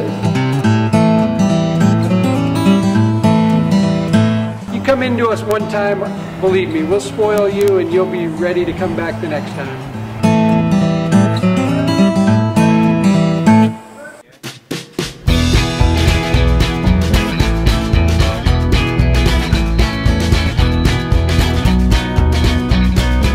Thank God, first of all. I thank the great people that I've got around me that help support me, the people that work for me. As I started, if it wasn't for the people around me, we probably wouldn't be here right now, but I've got a great staff. I've got great people that do stuff for us outside the store, and we've been very, very fortunate.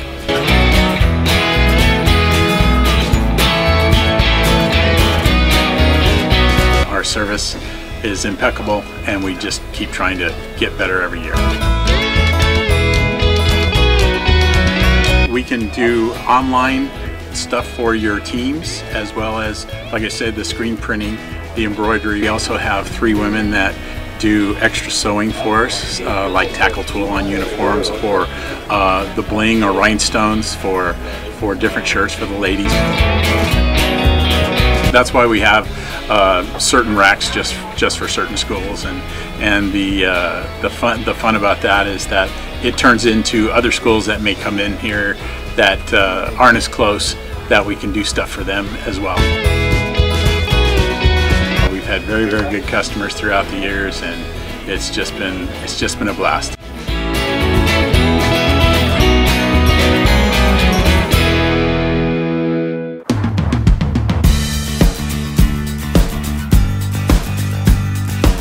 We're a small family-owned, strive for quality pre-owned vehicles. We're not a volume dealer, and we take every deal as personal to us.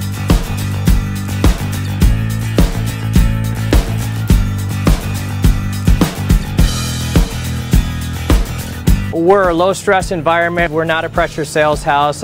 If you want to shop us, you're more than welcome to shop us. We have, like I said, great rates, competitive financing, a lot of one-owner, clean Carfax, clean title vehicles. As you see, we have Carfax everywhere. That's most important to us, to educate our customers before they make a purchase.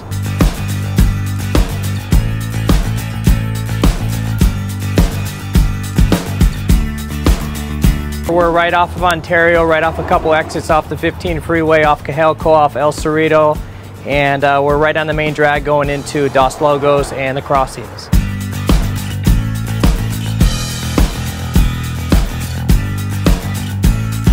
We have great financing, we have great lenders that we're using. We do buy, sell, trade, cash for your car. Whatever we need to do to help accommodate the customer, that's what we're here for.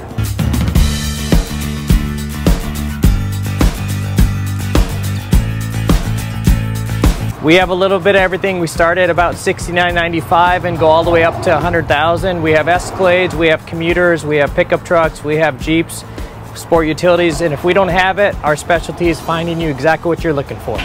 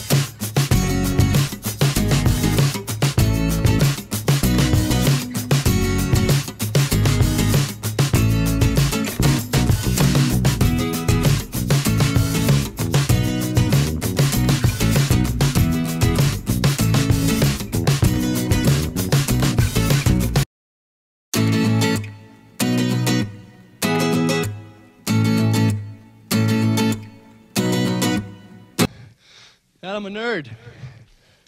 And I'm here tonight to stand up for the rights of other nerds. We're back to the Inland Sports Show. Here are your hosts, Pep Fernandez and Jeff Gorham. There it is. Welcome back to the Inland Sports Show on Fox Sports IE 1350 AM. Are you watching the red light? No, I'm serious, not Jeff. looking. I'm not looking serious. anymore. I'm out. I'm done. I'm gonna walk out of the studio. Wait, hold on. For the good of the IE.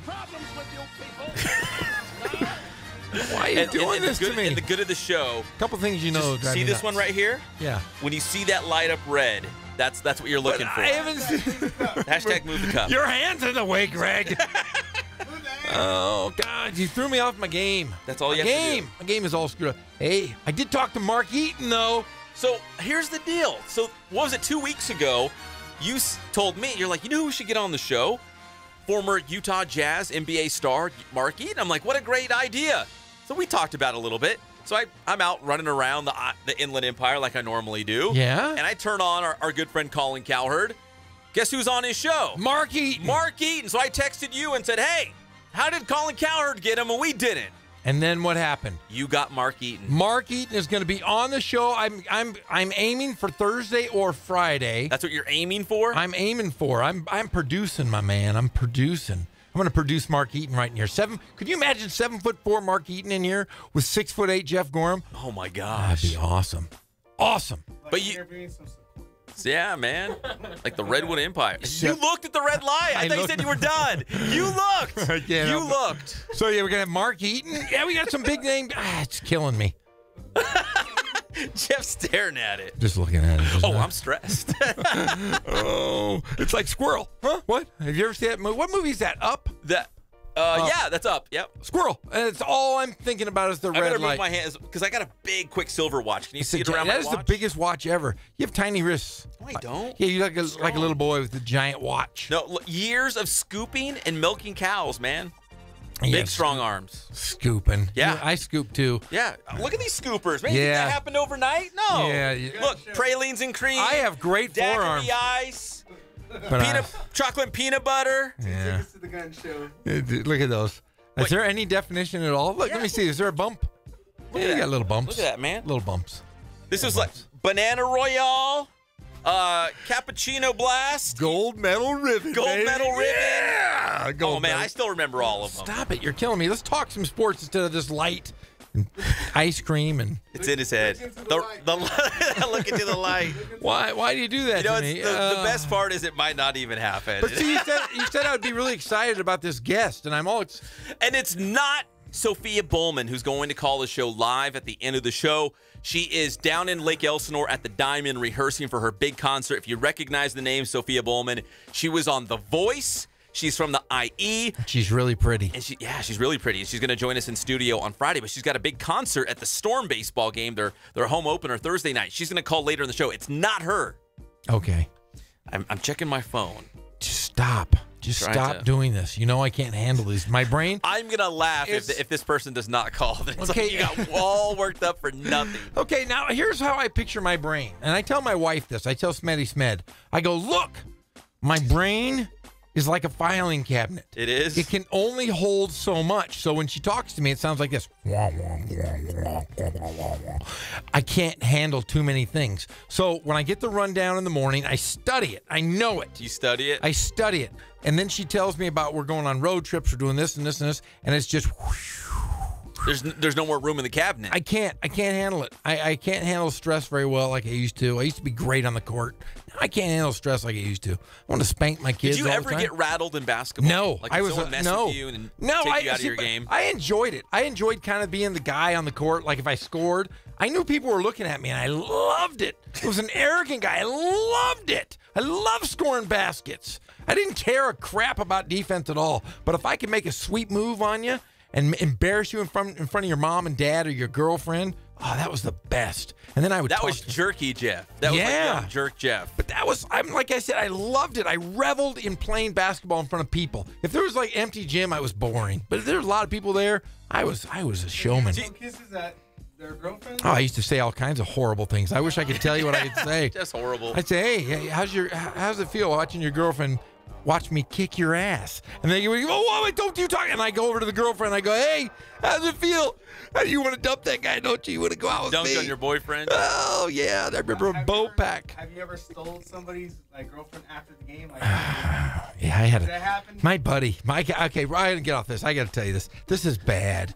This is so bad. Okay, I was playing college basketball, and it was the off season. And what my best friend on the team, we go camping out in like the desert. We drive out in the middle of the desert. Not Bigfoot country. But big, I mean, like desert. We were like shooting guns. I mean, I felt like I was like, we went out there. We had. Wait, are you still watching the red light during the story? Yeah, I'm watching. Okay. I'm watching. Okay, so then we go out and we're camping, and my best friend on the team's girlfriend was kind of hot. Okay. And I had a girlfriend, and she was with us at the time. So it was like girlfriends. We all were like camping on this thing. Okay. And then he leaves for like an hour and a half, and I'm alone with his girlfriend. Wow. And she says, you know what, Jeff? And I'm going to say this. The guy that was my buddy was a really good-looking guy. He was like 6'9", fit, big Hawaiian guy. And the girl went up to me and she goes, you know, I just want to let you know, I find you really attractive. No. Yeah. And I had my girlfriend there, too. And she says, and this was when I was fit. She goes, you know, if I broke up with him, would you go out with me? I said, well, I got a girlfriend. She was like, well, you know what? Why don't you just she said, why don't you dump your girlfriend and go out with me? And she was really good looking, but I couldn't do it. I couldn't do that to my buddy. And you still think about it to this day? Oh, I thought about it. I should have, because I ended up dumping that girl, and his girlfriend was really hot. Do you stay in touch with this guy? Oh, yeah. We all know who he is, too. Oh, we do? Oh, yeah, we know who he is. Yeah, Keith Greeley. That's all right. That wasn't his future wife, right? No, it wasn't his future wife, but it was just a girl that was, she was lovely, though. Yeah, she was like, hey, I want to go out with you. I'm like, yeah, all right, good for me. Did that red light blink at all? No, stop it. Let's talk sports. Okay. All right. I keep turning my head over there. I'm watching. Just go ahead. It might not happen. Just you go might ahead. be staring at that for 2 or 3 hours. And for an hour and a half still. Oh, this is going to be the longest show in the world. Nothing's going to happen. This is not fun. I'm going to quit, Jerry. Tomorrow's a big day. It is? It's Wednesday. Hump day. But what does that mean? It means UC Riverside is going to formally introduce to the public their new men's basketball coach, David Patrick, by way of Australia, by way of TCU. He's going to come here. He's going to smile and shake hands. Intern Cullen's going straight out of the Gap. I mean, look at him. Gap, Banana Republic. He's that guy. He's got planes on his shirt. I thought they were little sharks or flying fish. Oh, yeah, that was a Megalodon, right? Meg! The movie The Meg. I can't wait. Yeah. Hey, tomorrow, though. Oh, tomorrow. Live press conference at UC Riverside. Yeah. Okay, so David Patrick, he's been on our show. He has. We've done the show with David Patrick, but the public, everyone else is going to formally meet him for the very first time tomorrow. So here's the way it's going to work. So 3 o'clock, they're going to have a media press conference. So the media is going to come out. They will have the opportunity to ask him questions. He'll answer those questions. That's at 3 o'clock. We're going to carry that live right here on Fox Sports IE 1350 AM, plus live on Riverside TV.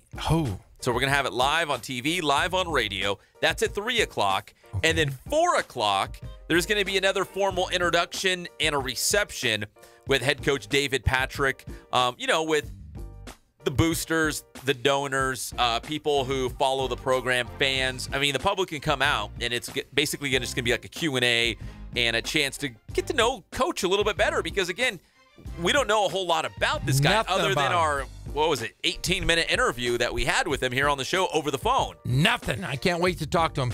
Don't ask any cool questions tomorrow. No cool questions? No, don't save those for the show when we bring him in. Like the didgeridoo. Yeah, we're going to give him a Foster's. We're going to hang Don't out. ask him about the Wiggles? No, none of that stuff. No, none of that. I'm going to ask him if he's ever fist fought a kangaroo or slapped a wallaby. You know what? Well, we have to ask him. Because remember, he recruited Ben Simmons. That's his godfather. He's LSU. the godfather. Yeah, LSU. Yes. So I'll save that one for the show. Yeah. Can we get him in here? Who, we got to Ben, get it. Ben Simmons? No. Well, him too, but can't get him. David Patrick. We're going to get David Patrick and Justin Bell in studio. Thursday? Friday. Look, can we try? Yes. Let's try. You're going to see those guys. Is that my job? I guess it's my job. I'm going to be stuck in the studio here. I can't even tell jokes to those guys. So I'm going to be out there. I'm going to MC the event. I'm going to wear a suit and tie. I'm going to smile and shake hands with everybody. And then you're going to come back over here and finish the show? Hopefully. What do you mean, hopefully? That is some BS. What if I'm here by myself? You might be here for the whole show by yourself. I hate when those days come. I mean, I can talk. But I bore even myself. Here's what we'll do. We'll have the press conference live at 3. Okay. And then it'll be the Jeff Gorham show for about 30 minutes. I can do that. And then we'll do the press conference again at 4. Okay. And then it'll be the Jeff Gorham show for about another 30 minutes. And then hopefully I'll be back in studio wearing a suit and all smiley and telling you how great it was. You better. Yeah. I'm going to sue UCR. I'm going to go there and slap him. Breaking news. Breaking news. So Ghazal Hassan, who was just in the studio moments ago. Yes. He got rear-ended driving to the Plex. No. No, that's definitely not it. Oh. Starting tonight on the mound for UC Riverside, baseball against the University of San Diego, Haz Quijada. He is? I'm going out there. Oh, you love So, hey, listen, so as soon as the show's done, we got to pack up because I'm going out to the Plex. I'm going to listen to Ghazal Hassan. I'm going to sit right by the press box so I can hear him calling the game and shoot video of Haz Quijada. You are? The pride of San Gorgonio. Yeah. All right, get an interview. I'm going to do it. Get an interview. That'll help. He was a stud. I remember him at San G. Again, he was the Shohei Ohtani of the San Andreas League. Cleanup hitter, star pitcher, all that stuff. He was the big-time player. Oh, yeah. Well, you're going to see him tonight at the Plex. Yes. With Ghazal Hassan. Yeah, Giesel's going to be calling the game. I'll be shooting video. Quijada on the mound. Nate Webb's going to be out there. I'll be listening on my way home. I will. That's all I'm doing. I'm going to stop and get food, and then I'm going to build a bike tonight. Did you know I told you I'm building a bike? You're building bikes. I'm building little cat houses. Not a cat house, but a cat house. I got Johnny's first bike. I got it. It came in the mail yesterday. Got to build it. Star Wars bike. A Stormtrooper. Stormtrooper bike. That's the best. When I was in, I want to say 3rd grade, my parents got me the coolest bike, like the bike of my dreams. And at the time, it was the kind that had the covers over the spokes. You know what I'm talking about? It was almost like a hubcap for your bike. So you couldn't see the spokes. It's just like a big plastic thing over the wheel. I thought I was like the coolest guy ever. Like riding that around, you couldn't see like everyone else. You could see their spokes. You couldn't. Pep see Fernandez rides by, you can't see his spokes. He's got the covers on. Nice. He's different. Then I tried to. We used to always go. We used to have railroad tracks by our house, so we'd go over there and do jumps and stuff. And I'd always, try to be a cool guy. I'd have like wrenches and screwdrivers. I'd be like adjusting my handlebars and stuff. And I remember going off this jump, my cool bike that you couldn't see the spokes. Yeah. And I ate it because my handlebars were loose. So I went off the jump and I came down on my front wheel, and my handlebars went like over. Did you ever put pennies? Did you ever put pennies on the railroad tracks? Yes. Oh, all the time. And my dad said, "Don't look. You get shot." They could come back and hit you in the eye. So we'd put them on the railroad tracks, and then like where the jumps were, we'd go on the opposite side of where the jumps were. On the berm. On the other side like opposite of the side berm. of the berm. And we'd go hunker down, and the train would go by, and when it was done, we'd go back over there, and we'd get our pennies. Nice. Right there on the track. Yeah. Oh, man. See, again, we're going to gas up Greg's truck. We're going to go up there. I'm going to show you all the blackberry bushes I used to eat at. I'll show you the jumps where I used to jump my bike. We'll go down to the creek where the crawdads are. We're going to fish for crawdads. Oh, it's going to be awesome. Bigfoot lives up there, too. It's going to be like Stand By Me. We're going to find a dead body. We're going to be walking, and we're going to find a dead body. We might even go noodling. Remember I told you he's noodling for sucker fish up there in the irrigation ditches. Picosimus. They're called Picosimus. Is that what they're called? Is that Yes, a of normal course. Yeah, because I am a big noodler. Shall we take a break? Yes, take a break. Did that light? Did that blink? No, stop. Where's that lake at? Oh yeah, the Tawakoni. Huh? Tawakoni. That's not the lake. Yeah, it is. Is it? Yeah, it is. What's the Tawakoni. marina? Goodies with a Y. Apostrophe S. Y apostrophe. Yeah. How far from San Antonio? Just a stone's throw west. West. Yeah, just west. Stone's throw from Kawhi Leonard's house. Yes. No, he Coach just. K know where it's at? Yeah, No, this was Coach K's- before. Coach K. You know, he might do some. There's some noodling down in the Carolinas. There definitely has some good noodling. That's There's Tobacco Noodle Road. hotbed. There's a couple rivers and tributaries that you can get some. You get some dark. down the delta. Yeah, real dark. You have a lot of roots, and you have trees that See, have I don't fallen want in to. the I don't want to be creek- going in the under creek. those roots, and you can't see. It's real I'm telling you, murky. man. I'm going to teach you the ways. I'm going to teach you the ways. That's how I used to pick up chicks. I'd see them, and like, "What are you doing down there?" And I'd say, "I'm catching I'm putting my hand in this fish's mouth. Would you like to see it?" And they were like, "Whoa, that's pretty awesome." Because back there in the South, in the in the nasty hot places in the world where the girls all they see are ugly dudes, and then you see this big. Good-looking Jeff Gorham noodling. Big golden god with blonde, flowy hair and giant forearms and big python biceps, sweat dripping off my body. Those ladies would go, "Hey, is he noodling or what?" I was the greatest noodler ever until I came out west. It was terrible. There's no noodling here. No one noodles. You just put your finger in a hole here. That's it. Just you get a little bluegill. You can just noodle a bluegill. Who wants a bluegill? I want the big catfish, buddy. The big ones, the Paraimas. The Megalodon. Yeah, Megalodon. Architeuthis. Yes. All right, we come back here on the Inland Sports Show. We'll bring you up to date on the latest in the California League, including the Rancho Cucamonga Quakes, who already played this morning here on Fox Sports IE, plus an afternoon of Major League Baseball. We had local guys from the IE playing in those big league early games. We'll bring you those updates as well. We'll be back. It's the one and only Inland Sports Show on Fox Sports IE, 1350 AM.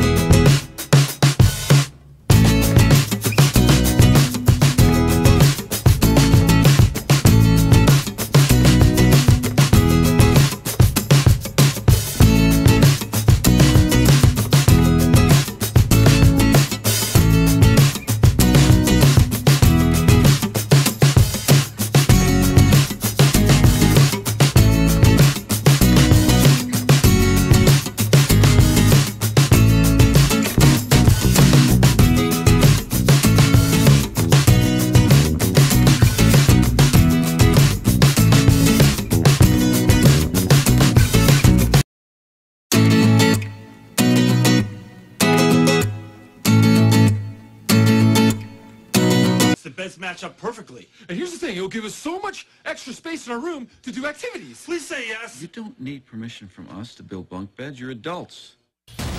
We're back to the Inland Sports Show. Here are your hosts, Pep Fernandez and Jeff Gorham. Come on, Jeff, smile. It's the Stones.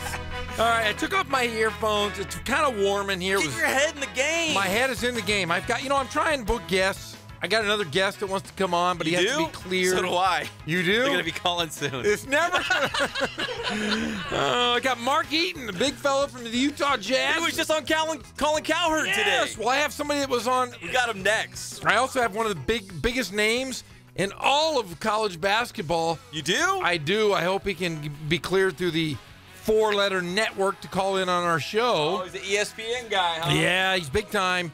He's one of my dear friends. I hope I can get him on. We just sent a nice little message to one another. Says he has to get cleared. Better knock on wood. Knock on wood as the old Stones. The Beatles of the Big West. And, as Greg pointed out, they have the final song in Step Brothers when they're on the pirate ship with the Chewbacca masks. Oh, what a great. What are they playing? The Stones. Hey, the Stones are on tour this summer. You know what? They won't tweet back at me. I'm going to keep tweeting at them until they respond. You know what? If you want to be big in this business, you got to be able to answer people back, or else everybody will hate you. And we're going to start hating the Stones if they don't start responding back to us. Oh. Are you giving them an ultimatum? You either get back to us on the Inland Sports Show or destroy your own career. Like, it's their own fault if they just go downhill. Think about it. Anybody that knows anything about the Mighty Mighty Boss Stones, they have a guy that just dances. That's all he does. Yeah, that's right. They have a guy that just dances. Doesn't sing, he just dances. And I don't know if I'd even call it dancing. It's just like jumping around acting like an idiot. I was going to say I could do that. Was that a little harsh? Yeah, it was kind of harsh. Lord, I mean, I think I could do that. And you're like, oh, yeah, some other idiot could do it. Well, I'm that idiot. That's totally I can dance, man. I have great dance moves. That's one thing I can do. I can dance. I can't sing, but I like noodle. Huh? Well, I mean, you said what things you could do. Dance, noodling is an art or skill. Dancing is an art, and I'm an artist. Well, not any idiot can just noodle. No, I mean you gotta. Well, I've seen some idiots can noodle. Some. Not all. No. Major League Baseball from this afternoon here on the Inland Sports Show on Fox Sports IE 1350 AM. So the Cubs had all that snow in Chicago. Remember we were talking about the fact that the Cubs home opener at Wrigley Field was snowed out, but about 10 miles away, they played it at the White Sox. Yes, they did. The north and south side were going at it. In fact, they were calling each other out. They were. The Southsiders played, and they said that's kind of typical. The Southsiders more rugged, tough, blue collar, grab your lunch pail, punch the clock. They played. The Chicago Cubs, a little more upscale, rich Jeff kind of people. Hoity-toity guys. They did not play. They said, oh, it's too cold. That's a lot of snow. Too chilly. Hey, I read up on that. What happened? Do you know what happened? It snowed. Okay, well, there was... no. Are you watching the light, though? No, I'm not watching the light. Okay, for 3 inches, if you get 3 inches of snow, it makes it more difficult to get rid of the snow. They only had 2 in the White Sox. Is it Comiskey Park? Used to be. Okay, well, they only had 2 inches. U.S. Cellular Field, or whatever they call it. Well, now. they can water the field down if there's 2 inches of snow. 3 inches of snow, it turns to ice, they said. So the guys at the White Sox gave a pass to the Cubbies because they said it was easier to clean it because it was an inch less on the way the winds flow in Chicago. That's just my... That's cop out. Yeah. You know, it's grounds funny. Guys. There was a guy from the Pirates, one of the pitchers, and he sent out a video on social media, and the video has the sprinklers going off in the outfield while it's snowing, and he says, I might be wrong, but I don't know if watering the field right now is a great idea. But now that you say that, Jeff, maybe they were trying to melt the snow. They were trying to melt the snow. If you get more than 3 inches, it turns to ice. At the White Sox Park, they only had 2 inches, under 2 inches. So yes. Look at you, like a forecaster. What's the difference between a forecaster and a meteorologist? Meteorologist goes to school. They know what they're talking about. I know. Just like Liberty Chan, our favorite. She's a meteorologist. Is she? I don't know. She's really hot. Doesn't really matter. Does it really matter? They're like real scientists, you know? They really study the weather and its patterns. Have you ever done the weather? Okay, so here's the deal. At the end of the newscast, they would have like the 5-day forecast. So what you do is you do what they call a kicker, some like fun or random or weird kind of story at the very end of the newscast, the very end. And then they'd real quick say, okay, here's the 5-day forecast. So you know tomorrow morning what kind of clothes to wear kind of thing. And I did that once at the very end. Oh, that's weak. Yeah. Hey, do you want some scores? I guess. All right. With the Cubs. The Cubs. That's what I was going to say. Oh. So the Cubs didn't have their home opener. So they had it today because of the snow. And our guy, Tyler Chatwood, got the start for the Cubs home opener, the pride of Redlands East Valley. Well, how did they do, Pep? Yeah, that's the problem. He didn't do too well. He got beat? He got beat. The Cubs got beat. Tyler Chatwood got beat. He went 5 innings. He gave up 5 runs on 9 hits. He did strike out 7, but he took the loss. He's 0-2 as the Cubs, they dropped their home opener against the Pirates by a score of 8-5. No love for Cubs. No love for the Cubbies. Nope. Well, we had other final scores. We had the White Sox losing to the Tampa Bay Rays 6-5. We had in the top of the third, Pep's Mets 1-0 over the Marlins. Bottom of the third, no score in Philly as they take on the Reds. And in the top of the third, the Nationals 2, Braves 0. Over in Baltimore, the Blue Jays are scoreless, top of the third, over the Orioles. And the Red Sox are battling the Yankees in Boston. Boston's up 4-0 over the Yankees, bottom of the second. And rounding out the scores, the Indians up 1-0 over the Tigers at the end of the fifth. So that'll give you all your scores in the Major League Baseball. Hey, going back to the White Sox and the Rays, Matt Davidson, hashtag Yucktown, from Yucaipa High School, 0-2, 3 walks in that loss. Remember, he had that 3 home run game. That's right. Season opener. He has 4 home runs on the season. 0-2 for our good friend Matt Davidson, hashtag Yucktown, in that loss for the White Sox. A little bit closer to home, the Rancho Cucamonga Quakes, they're done for the day. They played already up in Stockton. They were live on Fox Sports IE, and it was a 1-0 loss. Right, Greg? I mean, Mike Lindskog was on the air, and I saw them tweeting out on social media who's going to score a run. Somebody's got to score a run. Oh, Stockton scored a run. It was on a sac fly, too. So, obviously, it wasn't a very explosive game. A sac fly is going to win it.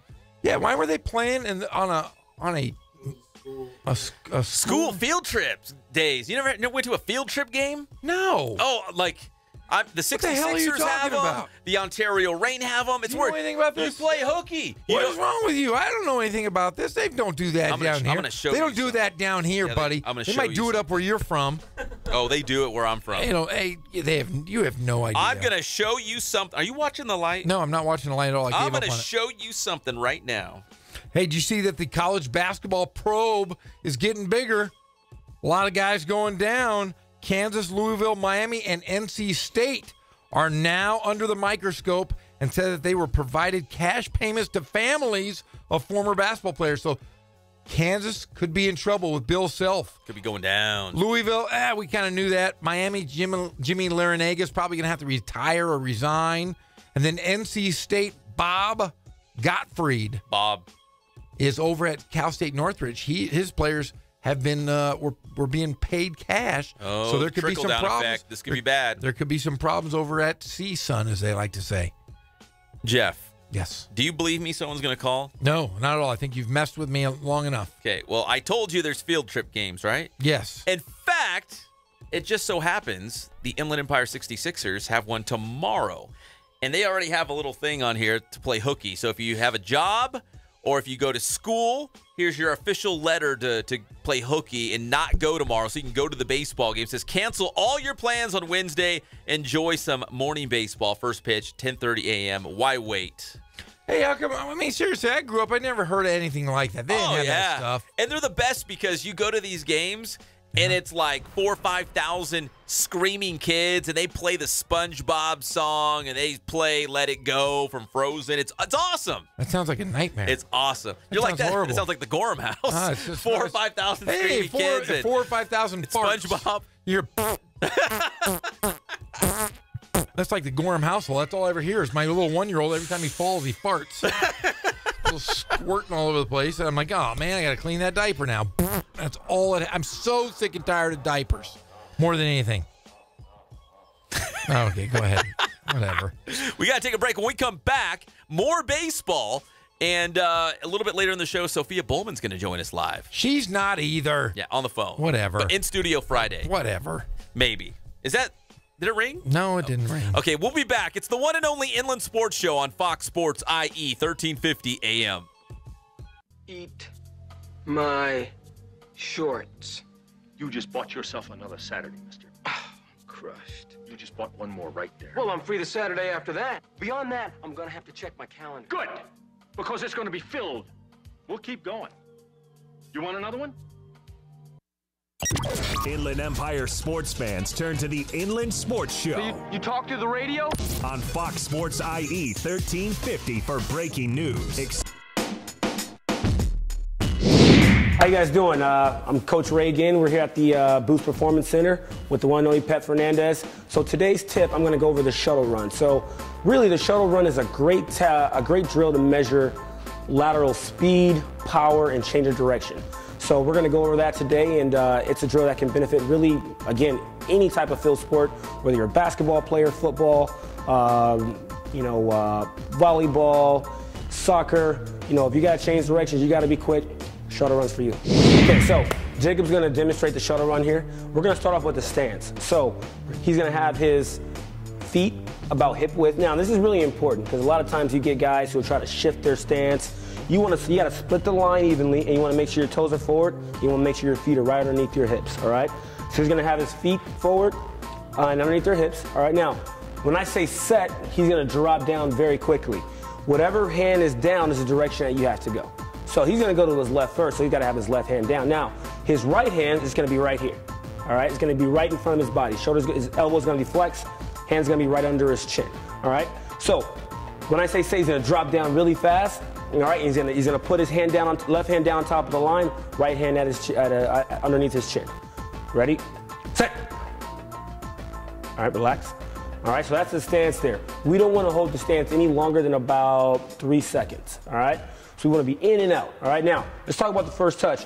Once he leaves, all right, his first movement, that timer is gonna start. He's gonna give me a nice lateral run coming out. So he's not gonna turn his head and turn his body run. He's gonna lateral run coming out. And then we make our first touch, he's gonna do what's called a wedge cut. It's a double foot cut, and he's gonna touch right outside of his feet here. So he's gonna touch the line with his left hands. He's gonna do a wedge cut, a double foot cut. He's gonna have a nice angle at the shins. He's gonna touch right outside of the foot. So now I'm heading back in the direction I wanna go. All right, that angle is really important. So we're getting a nice wedge cut here, left hand touch. We'll wedge cut it here with the right, and then we'll sprint through for the finish. 5, 10, 5. Here we go, you ready, Jacob?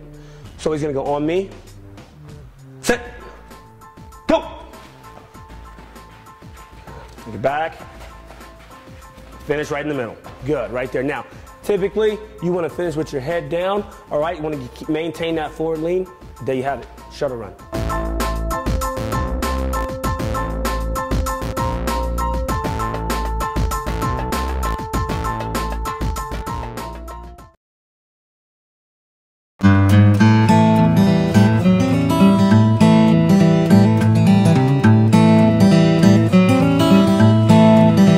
Focus on the customer here.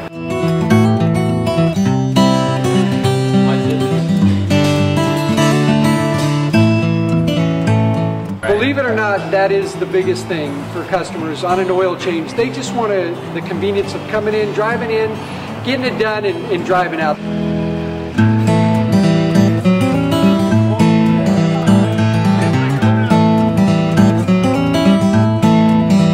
Just greet them, get them going, and they're done in about 10 minutes or so.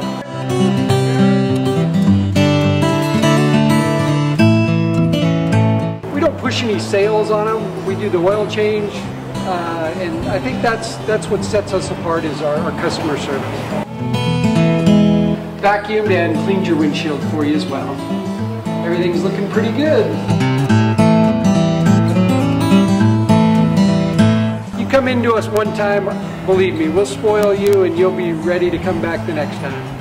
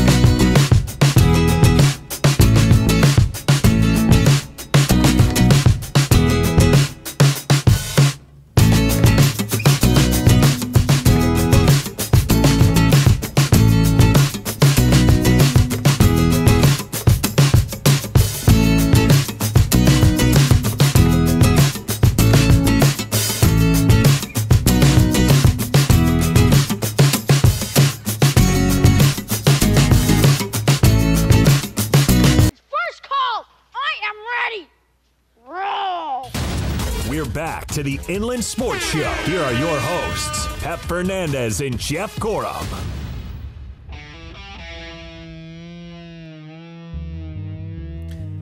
And with that, welcome back. It's the Inland Sports Show on Fox Sports IE, 1350 a.m.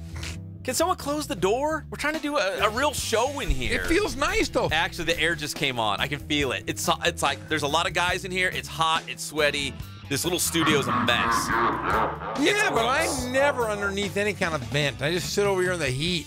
It's pretty gross over here. I always feel like I'm going to pass out, like I'm on the verge of passing out. You always feel, always? I do. Like if I turn my head a certain way or if I move too fast, my blood rushes to weird spots in my body other than my head, and I feel like I'm going down. There's been a couple times where I've been dizzy and I almost went, Pep, I think I'm going to pass out. Listen, Sophia Bowman's going to join us live in the studio on Friday. She's going to call us at the end of this show, but she's going to join us live on Friday. So whatever you got to do, wear breathable T-shirts, drink lots of water. Don't be creepy, sweaty Jeff over there. I'm not ever creepy I'm sweaty, but I'm never creepy. I'm telling you, man. That's just, If you bring up noodling to Sophia, she's a big star on The Voice. She does not want to hear about your noodling exploits. Well, my other friend does, Hannah. Oh, she does? Yeah. Because she won't even reply to us. She doesn't reply to me either, but I like to refer to her as a friend. She's like the noodling champion What's her name? of the world. Hannah. Something on Instagram. Hannah She's Barta? the noodle champ of the South or something. Hannah. What's her name? I know you know her name. You're the one that told me. You find it. It's all Hannah Barron. Hannah Barron. Hannah Barron. Because, man, we heard her talking about noodling, and she got all those fish and reached down there. She was fixing to catch a big catfish. Yeah, she catches a lot, baby. She's hot. Brought to you by Spoiled, quick quality oil change, Ken's Sporting Goods. Boost performance training with Coach Ray Bass and Catalano Motors in Corona off of Temescal Canyon Road. Yeah, so Sophia Bowman's going to call hopefully later in the show. She's got a rehearsal right now at the Diamond. Lake Elsinore back home on Thursday. In fact, it's the home opener as the Lake Elsinore Storm will take on Lancaster. Storm lost 7-1 at Visalia last night. So Mike Linskog and the Quakes, they went to Visalia. They moved on out, and the Storm just blew in there, taking on the Rawhide. And they lost, though, 7-1 last night. Modesto and the 66ers played last night. 66ers won. It was 1-0. All these low-scoring games across the California League. 5-hit shutout for the 66ers. They have 15 strikeouts in that game last night. They have 59 strikeouts in 5 games. So that's about a dozen strikeouts by pitchers in every single 66ers game. Hey, that sounds exactly like Mike Stanton or Giancarlo Stanton. I know. Did you know? I was telling you this. Did you know that he is the only if he pitched, or he's had 2 games where he's had 5 strikeouts. Which is bad. That ties the Major League record in a season in the history of Major League Baseball.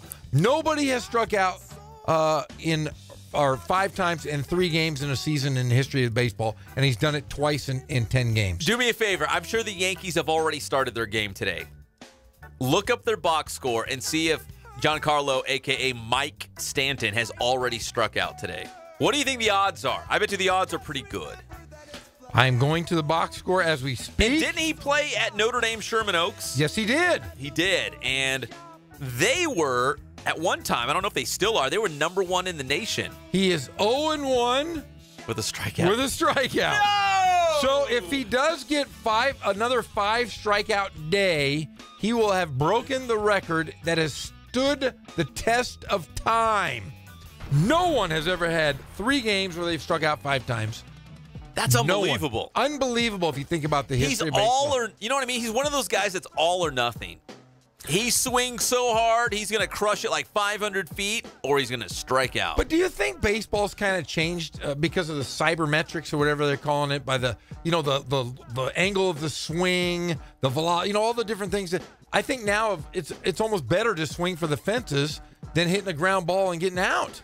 What's kind of weird is I think the Kansas City Royals kind of turned baseball upside down just for a little bit, because the Royals had a lineup when they won the World Series in 2015, 1 through 9, or at least 1 through 8, their lineup was interchangeable. Like, all the guys were the same. Yes. There wasn't necessarily a cleanup hitter. There wasn't necessarily a leadoff man. They had guys that could hit anywhere in the order. Like, it was a bunch of the same guys. Usually you look at a baseball roster and you're like, okay, the leadoff man, that's your fast guy, makes good contact, he's going to get on base. Your number 2 guy, he knows how to bunt, he's going to move guys around. Your number 3 hitter might be your best hitter, like maybe the highest batting average. Yeah. Cleanup hitter's the guy that hits the most home runs. 5 hitters, the guy has most RBI. You know what I mean? There's different slots in the lineup. The Royals are like, okay, our 8 hitter is going to bat cleanup tomorrow, and our number 5 guy is going to hit leadoff the next day. Like, the Royals lineup was just wacky. But you look at Major League Baseball on a whole, runs are up. Strikeouts are way up. I think you're right. I think it's going back to the home run swing right now. I believe so, because I think if you ground out, it's the same as a strikeout. So why not just swing for the fences? Everybody can hit home runs now. There's a lot of conversation right now amongst baseball purists and fans and experts that a strikeout really isn't that bad. It's not. So they're saying, like, okay, whether you strike out or ground out, not a big deal. Doesn't matter if you did not make contact. You know, before it was like, oh, you know, strikeouts are like the worst thing in the world. Cut down on your strikeouts. I think now there's like an outs and out. So a strikeout, a ground out, oh, you're smirking over there. Giancarlo Stanton is on pace to break a record. Did he strike out again? 2 Ks. He's over 2 with 2 strikeouts. Wait, who are the Yankees playing? They are playing Boston.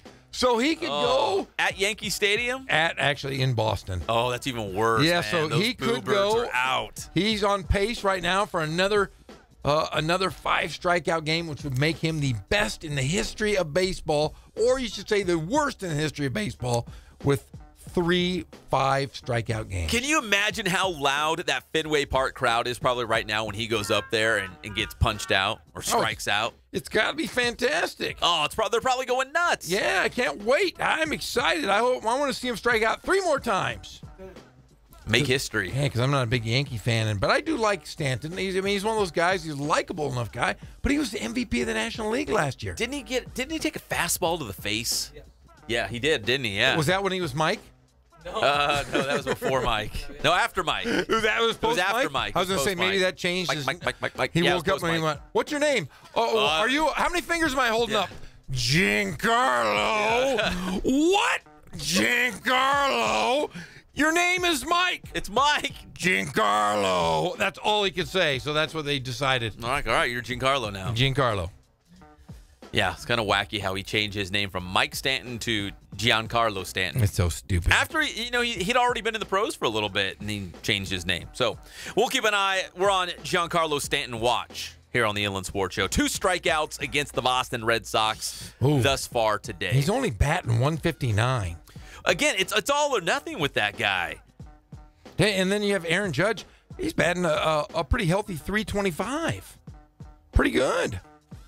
For the old judge, jury, and deliberator. The big home run. Who's better? Giancarlo or Judge? You go Judge? Yeah, I'd go Judge. How can you? Aaron Judge, yeah. He's the National League MVP last year. Yeah, no. Yeah, we'll see. We'll see. He could turn. I mean, Stanton could turn things around. He better. It's still early in the season. But in New York and those major markets where they're very critical, like Jeff and I, we're not really critical of the Dodgers or the Halos. We're 2 fun-loving guys who like to noodle. But in New York, man, they really rip into those guys. I mean, they're all the headlines are all negative. The sports talk guys on the radio in New York City, Boston for that matter, they're going to tear into him, saying he's supposed to be, he and Aaron Judge supposed to be the biggest 1-2 punch. In fact, so here on the West Coast, remember on Sports Illustrated, we had Mike Trout and Shohei Ohtani on Sports Illustrated. Yes. On the East Coast, they had Aaron Judge and Giancarlo Stanton on the cover of their Sports Illustrated. And who's better? Exactly. My Angels right now, top of the first. 0-0. In Texas. My Angels. Yeah, they're good again all of a sudden. Yeah. Angels are good. Shohei Ohtani's exciting. All of a sudden, Jeff's like, I've always liked the Angels. I've always liked the Angels. I'm just a recent Dodger fan, but maybe now that they're losing, I might not be. I might go be a Houston. I might be an Astros fan. That'll be my fallback team. Will be the Astros. I don't know. Like maybe the World Series champions, Houston. Like I don't know. Like I dare you besmirch my name. Is Ohtani in the lineup? Where's he at in the lineup? Hitting 8th, DH, 7th? Or they move him up already? I bet you they moved him up already. He is not. He was going to be in the lineup. He is not in the lineup. They have Pujols DHing. Who's at first? What's at first? No. Like that? No, we're going to play No, Marte. Marte. Okay. So maybe an extra day off, obviously, for Shohei Ohtani. Yeah, and there was talk this morning on that he was going to play. He was going to DH. Well, he went 7+ innings, and he throws hard, obviously. He's touching triple digits. So maybe they're like, you know what? We got this. We're 8-3. Pujols is hitting bombs. Mike Trout's Mike Trout. We got this. Extra day of rest for Shohei. Showtime! When we come back here on the Inland Sports Show on Fox Sports IE 1350 AM. More baseball talk, plus still holding out hope for this mystery call. It's not going to happen. Yeah, there's really someone calling. It's Chris Chaddock. No, it's not. Hey, happy sibling day, by the way, brother. Is it? Yeah. Oh, I didn't know that. Yeah, brother. No, I'm not. Happy birthday, brother. Can I get a Brother Gorham story then? No, I don't want to talk about him. I'm chappy with my brother right now. Let's get a story. No, I don't want Good Brothers Gorham story. Beating up Reggie Miller at the park, or no, I'm angry at him right now. Wrestling I'm really someone angry to at him. Why? We're beefing. You're beefing? I'm beefing with my brother. Really? Yeah, he's a jerk. Over money, huh? No. Baldness? No, none of those things. Favorite sports teams?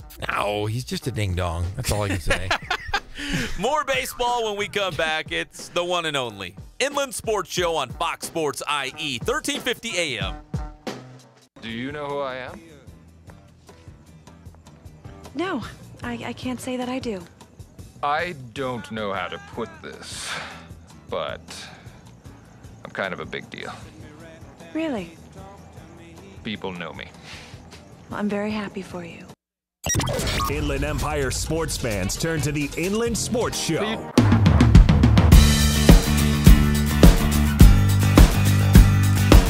We're small, family-owned, strive for quality pre-owned vehicles. We're not a volume dealer, and we take every deal as personal to us.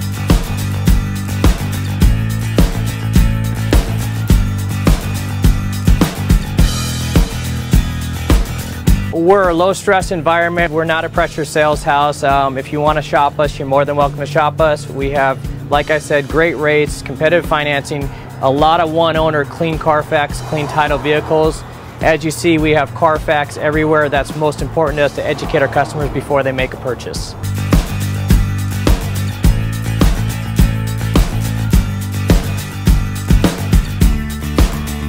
We're right off of Ontario, right off a couple exits off the 15 freeway, off Cajalco, off El Cerrito, and we're right on the main drag going into Dos Logos and the Crossings.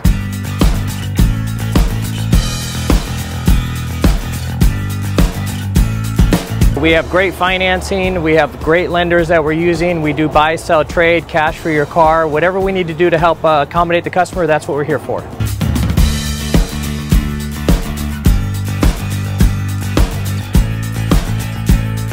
We have a little bit of everything. We start at about $69.95 and go all the way up to $100,000. We have Escalades, we have commuters, we have pickup trucks, we have Jeeps, sport utilities, and if we don't have it, our specialty is finding you exactly what you're looking for.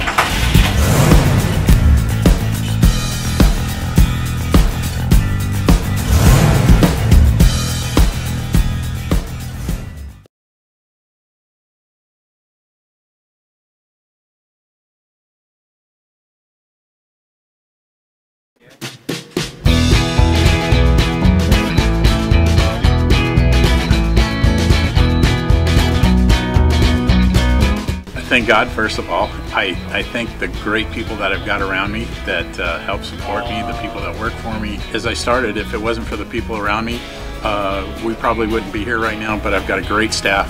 I've got great people that do stuff for us outside the store, and we've been very, very fortunate.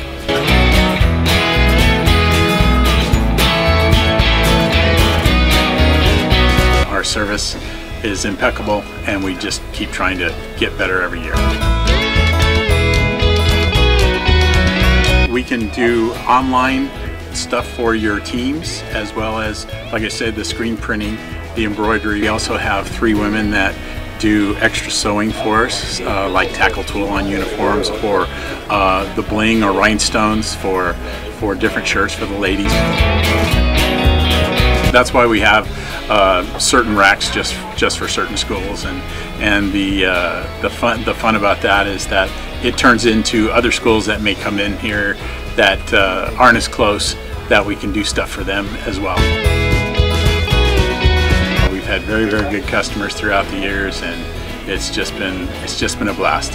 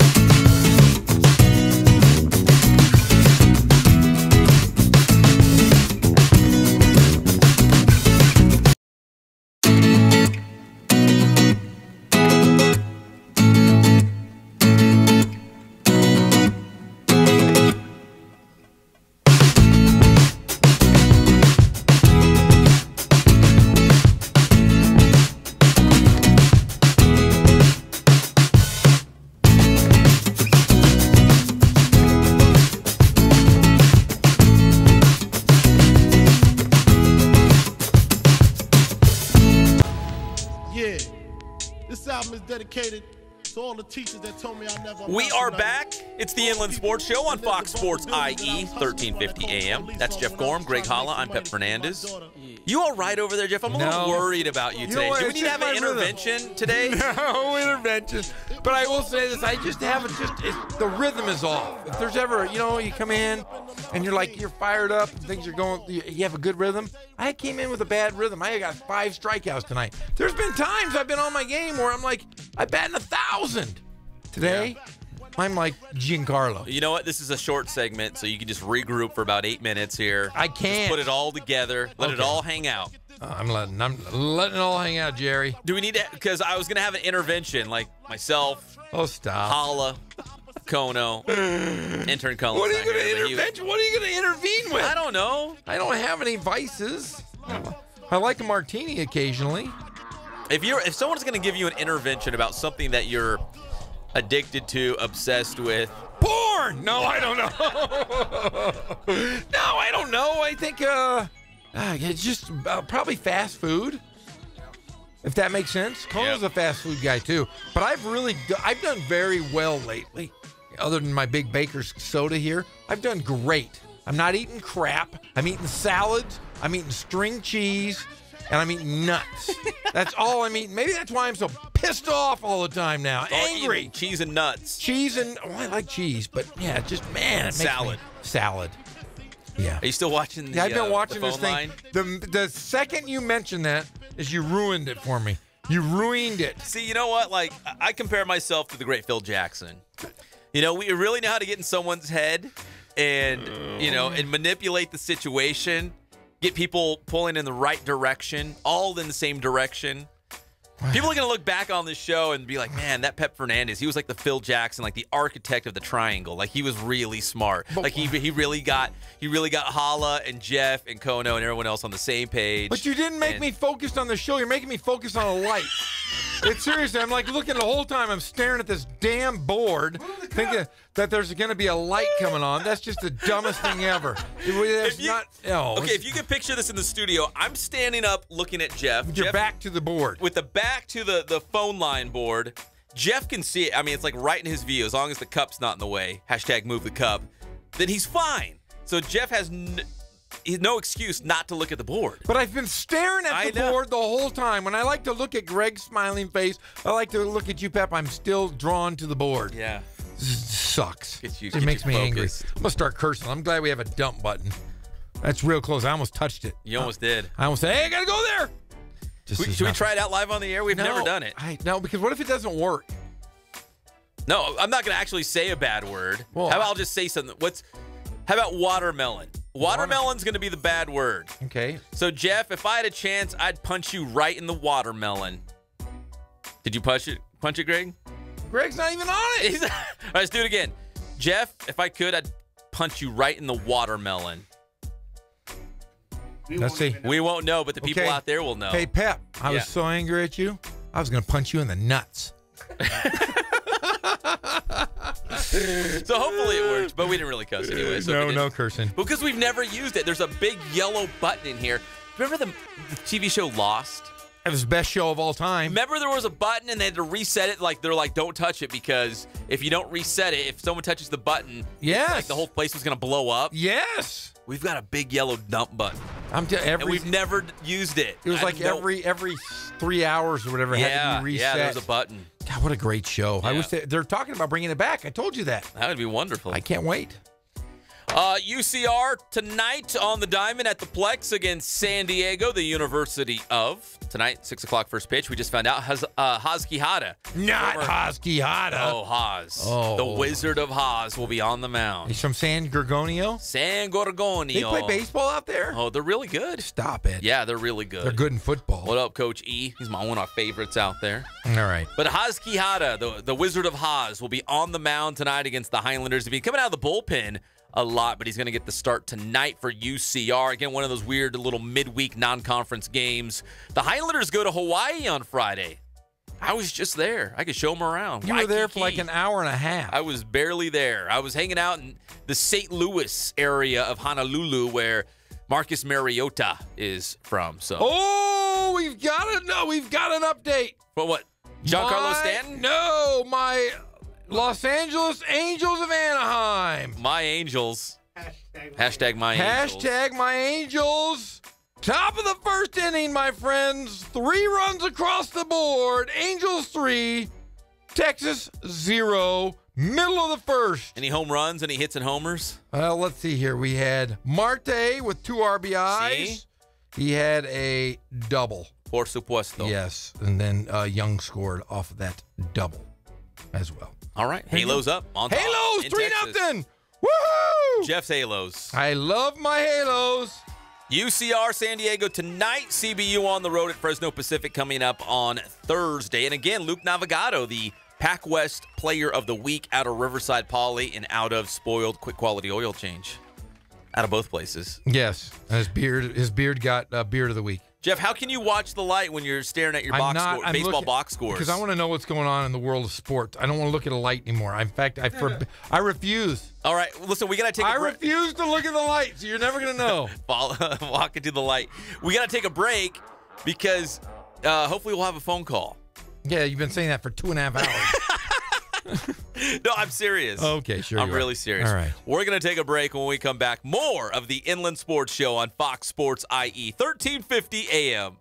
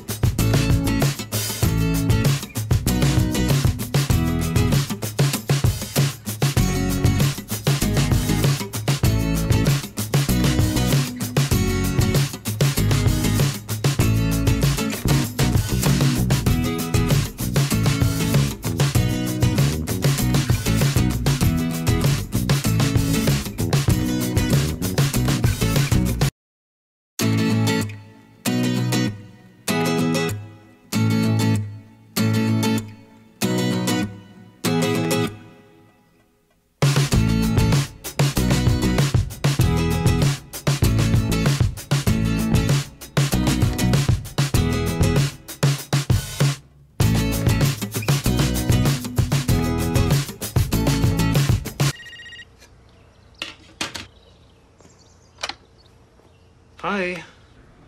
Is Grandma there? No, she's getting her hair done.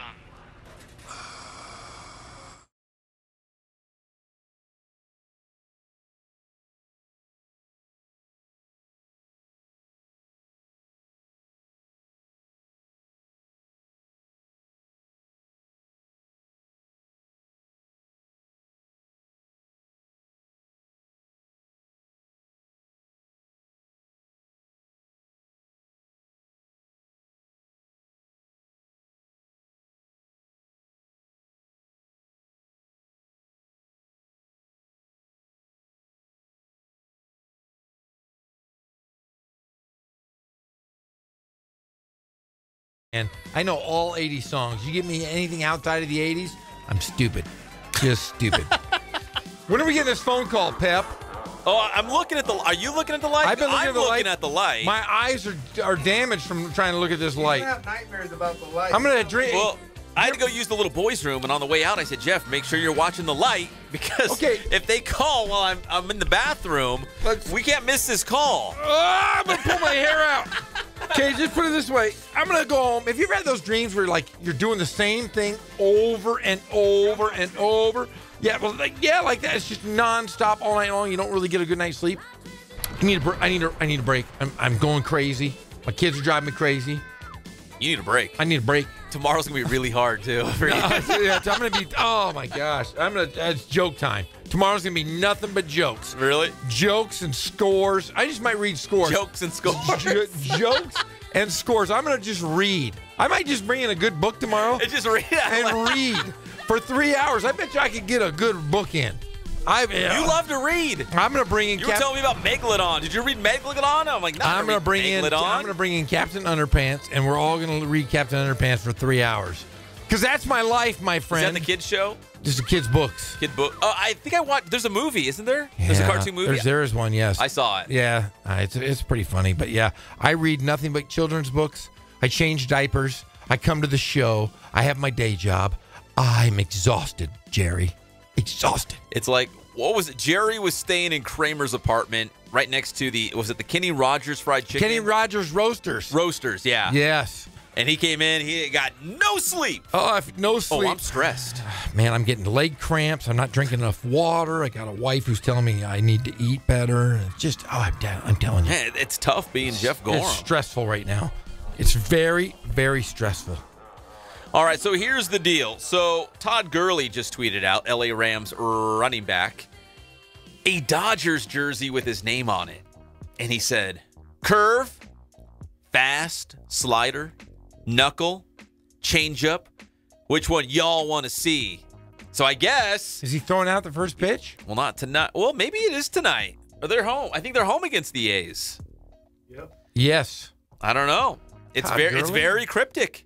Number 30, Gurley, Dodgers jersey. Get a haircut, Todd Gurley. Gosh, he used to do those commercials for Carl's Jr. Yeah, that was his bad year. And then he was done. That was his bad year. That was his bad year. That first transition year coming back to L.A., he was rotten. It's because he did that commercial with. But he's good again. He was almost the MVP outside of Tom Terrific. He would have been the MVP. He deserved the MVP. Best season since Herschel Walker, and he was denied the MVP. Tom Brady didn't deserve it. He didn't do anything. Tom Brady, all he does, he's married to Gisele Bündchen. He didn't do anything. He's married to Bündchen. That's it. That's the only good thing you say. And I don't find her attractive. Do you? Well, yeah. You do? Well, yeah. No, she has no meat on her bones. Oh, Jeff. She's too thin. Really? Yeah, she's a secret angel, and she's too thin. We're gonna have an intervention with you. I like Kate Upton. You've got a lot of problems. I love Kate Upton. She's, Justin Verlander. That's a guy. That's a man's man, right? But she just had a great game. Who, Verlander? Verlander, yeah, he's back. He started dating her, and he's like the old Verlander. I mean, again. dating? He's married to her. Married? Are they married? Yeah, darn right they are. So she's Kate Verlander? She's Kate Verlander. Oh. Kate Upton Verlander. Oh, I didn't know that. I like her. She's my favorite. Better than Gisele Bündchen. Bündchen. She's Bündchen. So Todd Gurley obviously is going to throw out the first pitch for the Dodgers sometime soon. Maybe tonight. Who knows? Against the A's. Greg, you said you're going to talk to the voice of summer, the Vin Scully of the IE, Mike Linskog, for Jeff and I to throw out the first pitch at a Rancho Cucamonga Quakes game. It's in the works. It's in the works. Okay, if you get to throw it out, are you going to throw some heat? I'm going to make sure it gets I'm gonna throw a To the knuckleball. plate. I can throw a knuckleball. Can you? How about do you have a glove at home? I do. I got to dig it out. We just moved. It's somewhere. Well, I have a couple gloves and I have a ball always, and I have a rubber band around my glove. I will bring it in Thursday, and we'll go out in the parking lot, and I'll throw you some. See if you can catch my knuckleball. See if you can catch it. I don't think you can. Can you play catch? Oh yeah. Oh, I was good. You're a soccer player. No, I was good. I was like good seriously, at baseball. like if I'm throwing, we're gonna play real catch. We're not gonna play lob catch. Yeah. I'm gonna throw some heaters right at your chest. I'll throw them right back at you. Yeah. Can you catch? I could darn right I can catch. All right. My kid was really scared of baseball, so I made him stand there against the fence, and I threw baseballs off his chest. He wasn't scared of the baseball. Afterwards, it didn't kill him. No joke. I had him in the backyard. I had Connor in the backyard, and he was playing Little League, and he was like scared of the ball. So I said, don't be scared of the ball. So I threw baseballs off his chest. Not hard, but I mean hard enough to make him cry a little bit. We need a Jeff Gorham instructional video. Yeah. He'll put it out there like baseball training tips with Jeff Gorham. If your kid is scared of the baseball, hire me. I'll come over, pay me $10. I'll throw baseballs at him. I'll throw baseballs off your kid's chest. Yeah, that's what I did. Connor wasn't scared, and then I did it with Carla. Smedberg, she's not scared of a baseball. I threw it off her chest.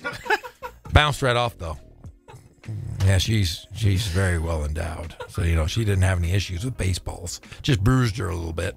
But yeah, you never learned that? What? Yeah, my dad threw baseballs off me. No, I learned to catch a ball by catching a baseball. Yeah, but I was kind of scared of the ball when I was a little kid. So my dad said, "Here, stand there and throw a baseball." That's why I like to play. Kill you. That's why I like to play shortstop. I wasn't the first baseman. Everyone's like humming them at you.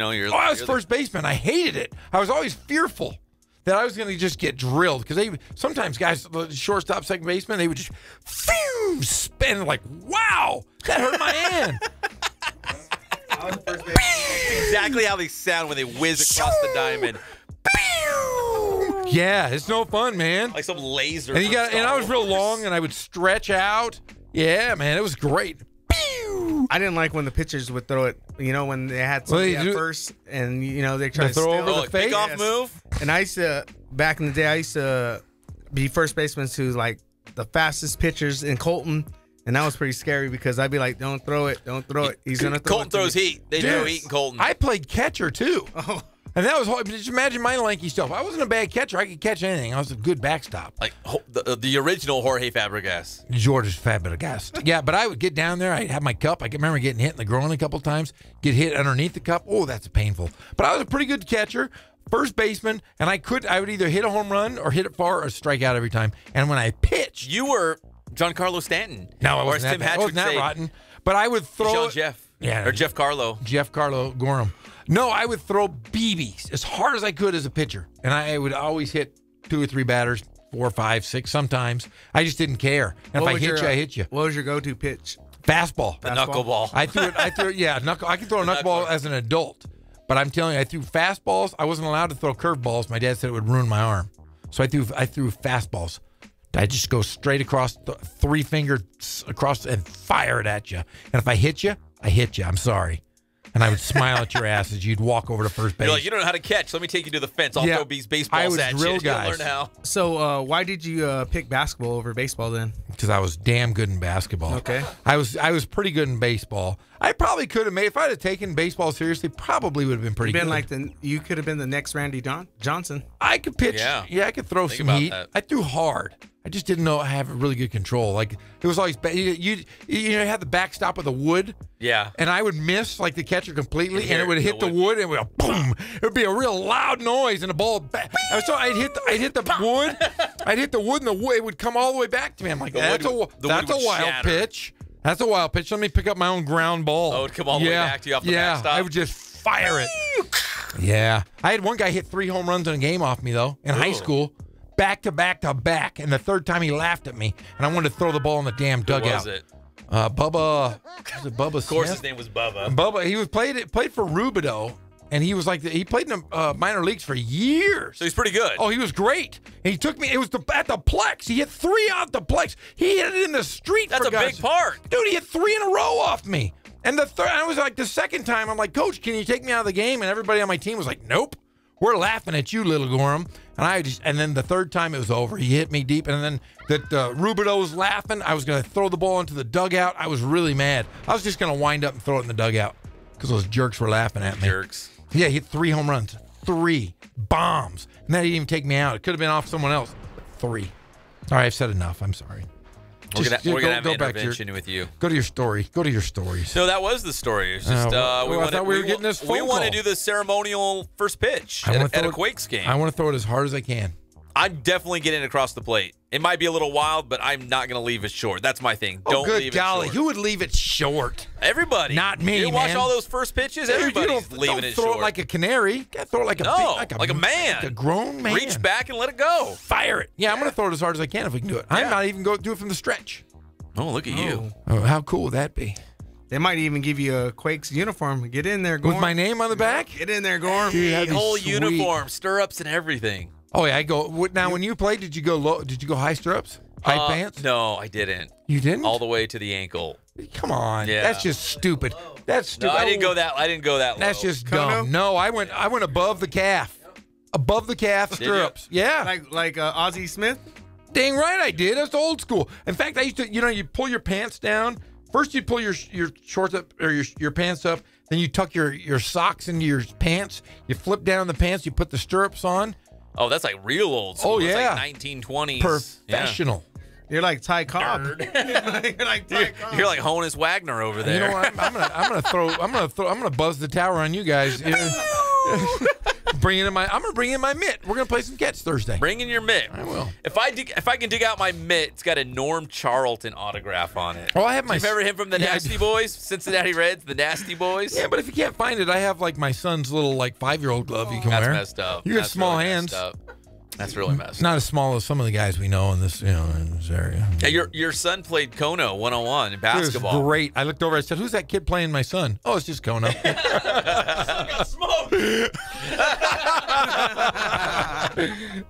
So funny. How you go? Hey, were you playing Kono 101? Yeah. I was like, wait, I thought you guys were the same. Who's taller, by the way? He's getting there. That was the one thing I asked. I was like, yeah, who's that little cute little guy with the beard playing my son? Cute little guy with the beard. That's just Kono. Your son's just a freak. It's just a giant, yeah. Wait, so in his class, your son Connor, in his class, is he like the tallest boy or one of the tallest boys? I think he's one of the tallest boys. There's a couple girls that are taller than him, though. My daughter's like the tallest kid in her class. Your daughter might be taller than my son. Yeah, because look where she gets Is it. your daughter taller than you? No. No. Is she's not as tall as you? No, but she's probably maybe 2 inches shorter than Tara right now. And Tara's pushing 5'7". She's that tall? Yeah. Yeah? Who's the dad? I'm almost 6 foot. You're not either. I'm almost. You've never been 6 feet. I'm really close. Oh, stop it. I told you I was at that shoe store and you could do your height, and I was almost 6 foot. Yeah. Yep. Without shoes on. Yeah, the only way we can tell how tall you are, we'll go to the 7-Eleven. Yeah. You know when they rob 7-Eleven at the door, there's that height meter on the door. We'll see. It'll say 5 I will feet. buy you a Slurpee. There's no way show you're you 6 feet tall. and show you. There's no way. I'm almost. You guys were shooting afterwards too. You were good pregame. I was knocking. Ask Connor. Ask him. Yeah, say, you was were- Pep knocking everything down? And he'll say everything. Post game, another matter though. Because I was exhausted. You were calling games. Calling games right and left, doing interviews and stand-ups and editing and all kinds of nonsense. Yeah.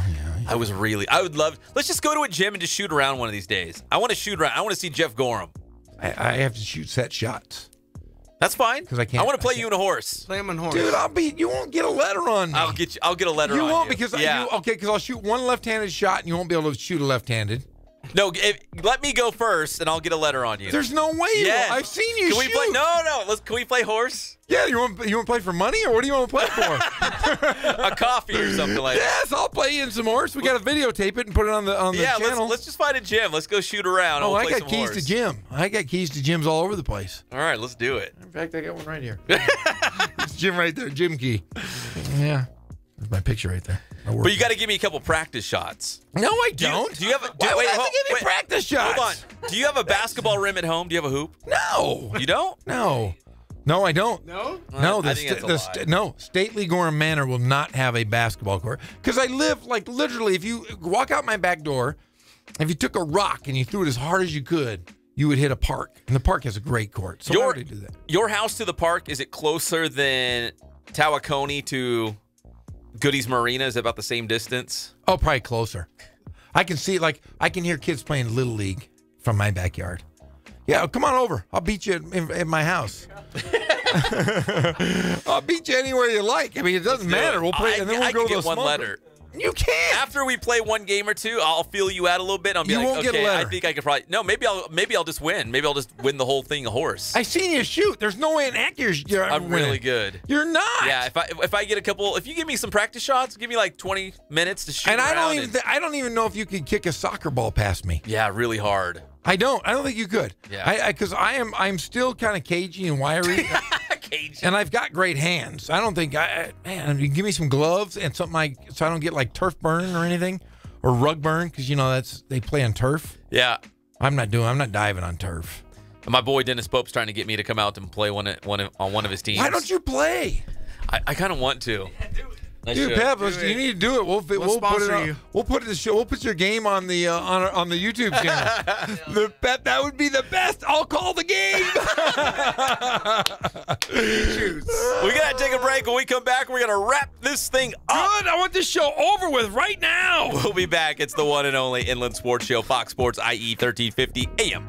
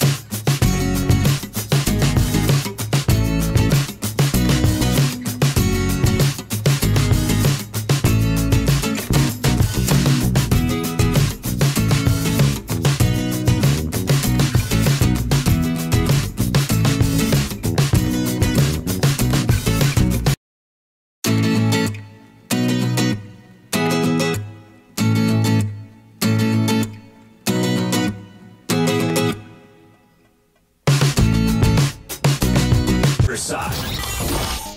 I got a lot of problems with you people. Now, you're going to hear about it. We're back to the Inland Sports Show. Here are your hosts, Pep Fernandez and Jeff Gorham. Jeff, get you in the mood to go home to your kids. Oh, I got to build a bike when I get home. Hot dog. I love this. Here it comes. Hot dog. Roll call. Mickey. Donald. Bingo! Golly. But now they have Mickey and the Roadster Racers. That's a new one. Oh, there's all kinds. They don't have this show on anymore. Yeah, go home and turn on the Angels. Tell your boys to grow up. We're going to watch baseball tonight. Oh, guys, honestly, I get to go home. I got to stop and get food. I got to build a bike. I got to bathe kids. And then I got to do it all again tomorrow without you, Pep, because you're going to be gone. I don't think this is going to light up. I don't think someone's going to call. Who is supposed to call? It's brought to you by our good friends at Spoiled. Quick quality oil change will be spoiled by great customer service and low prices. It's in the name. It's Spoiled. Quick quality oil change. Ken Sporting Goods, more than 40 years in the Inland Empire, bringing you all of your sporting gear needs. Team sales, Letterman's jackets. They do embroidery, the print shop. It's all there inside their own facility. All of your sporting gear needs at Ken's Sporting Goods. Boost performance training with Coach Ray Bass and his team out there. From lacrosse, golf, track, football. Snooker. We've seen them all go there. Highlight, darts. If you want to be stronger, faster, jump higher, do all those things, Boost Performance Training. Can I just go hang out there?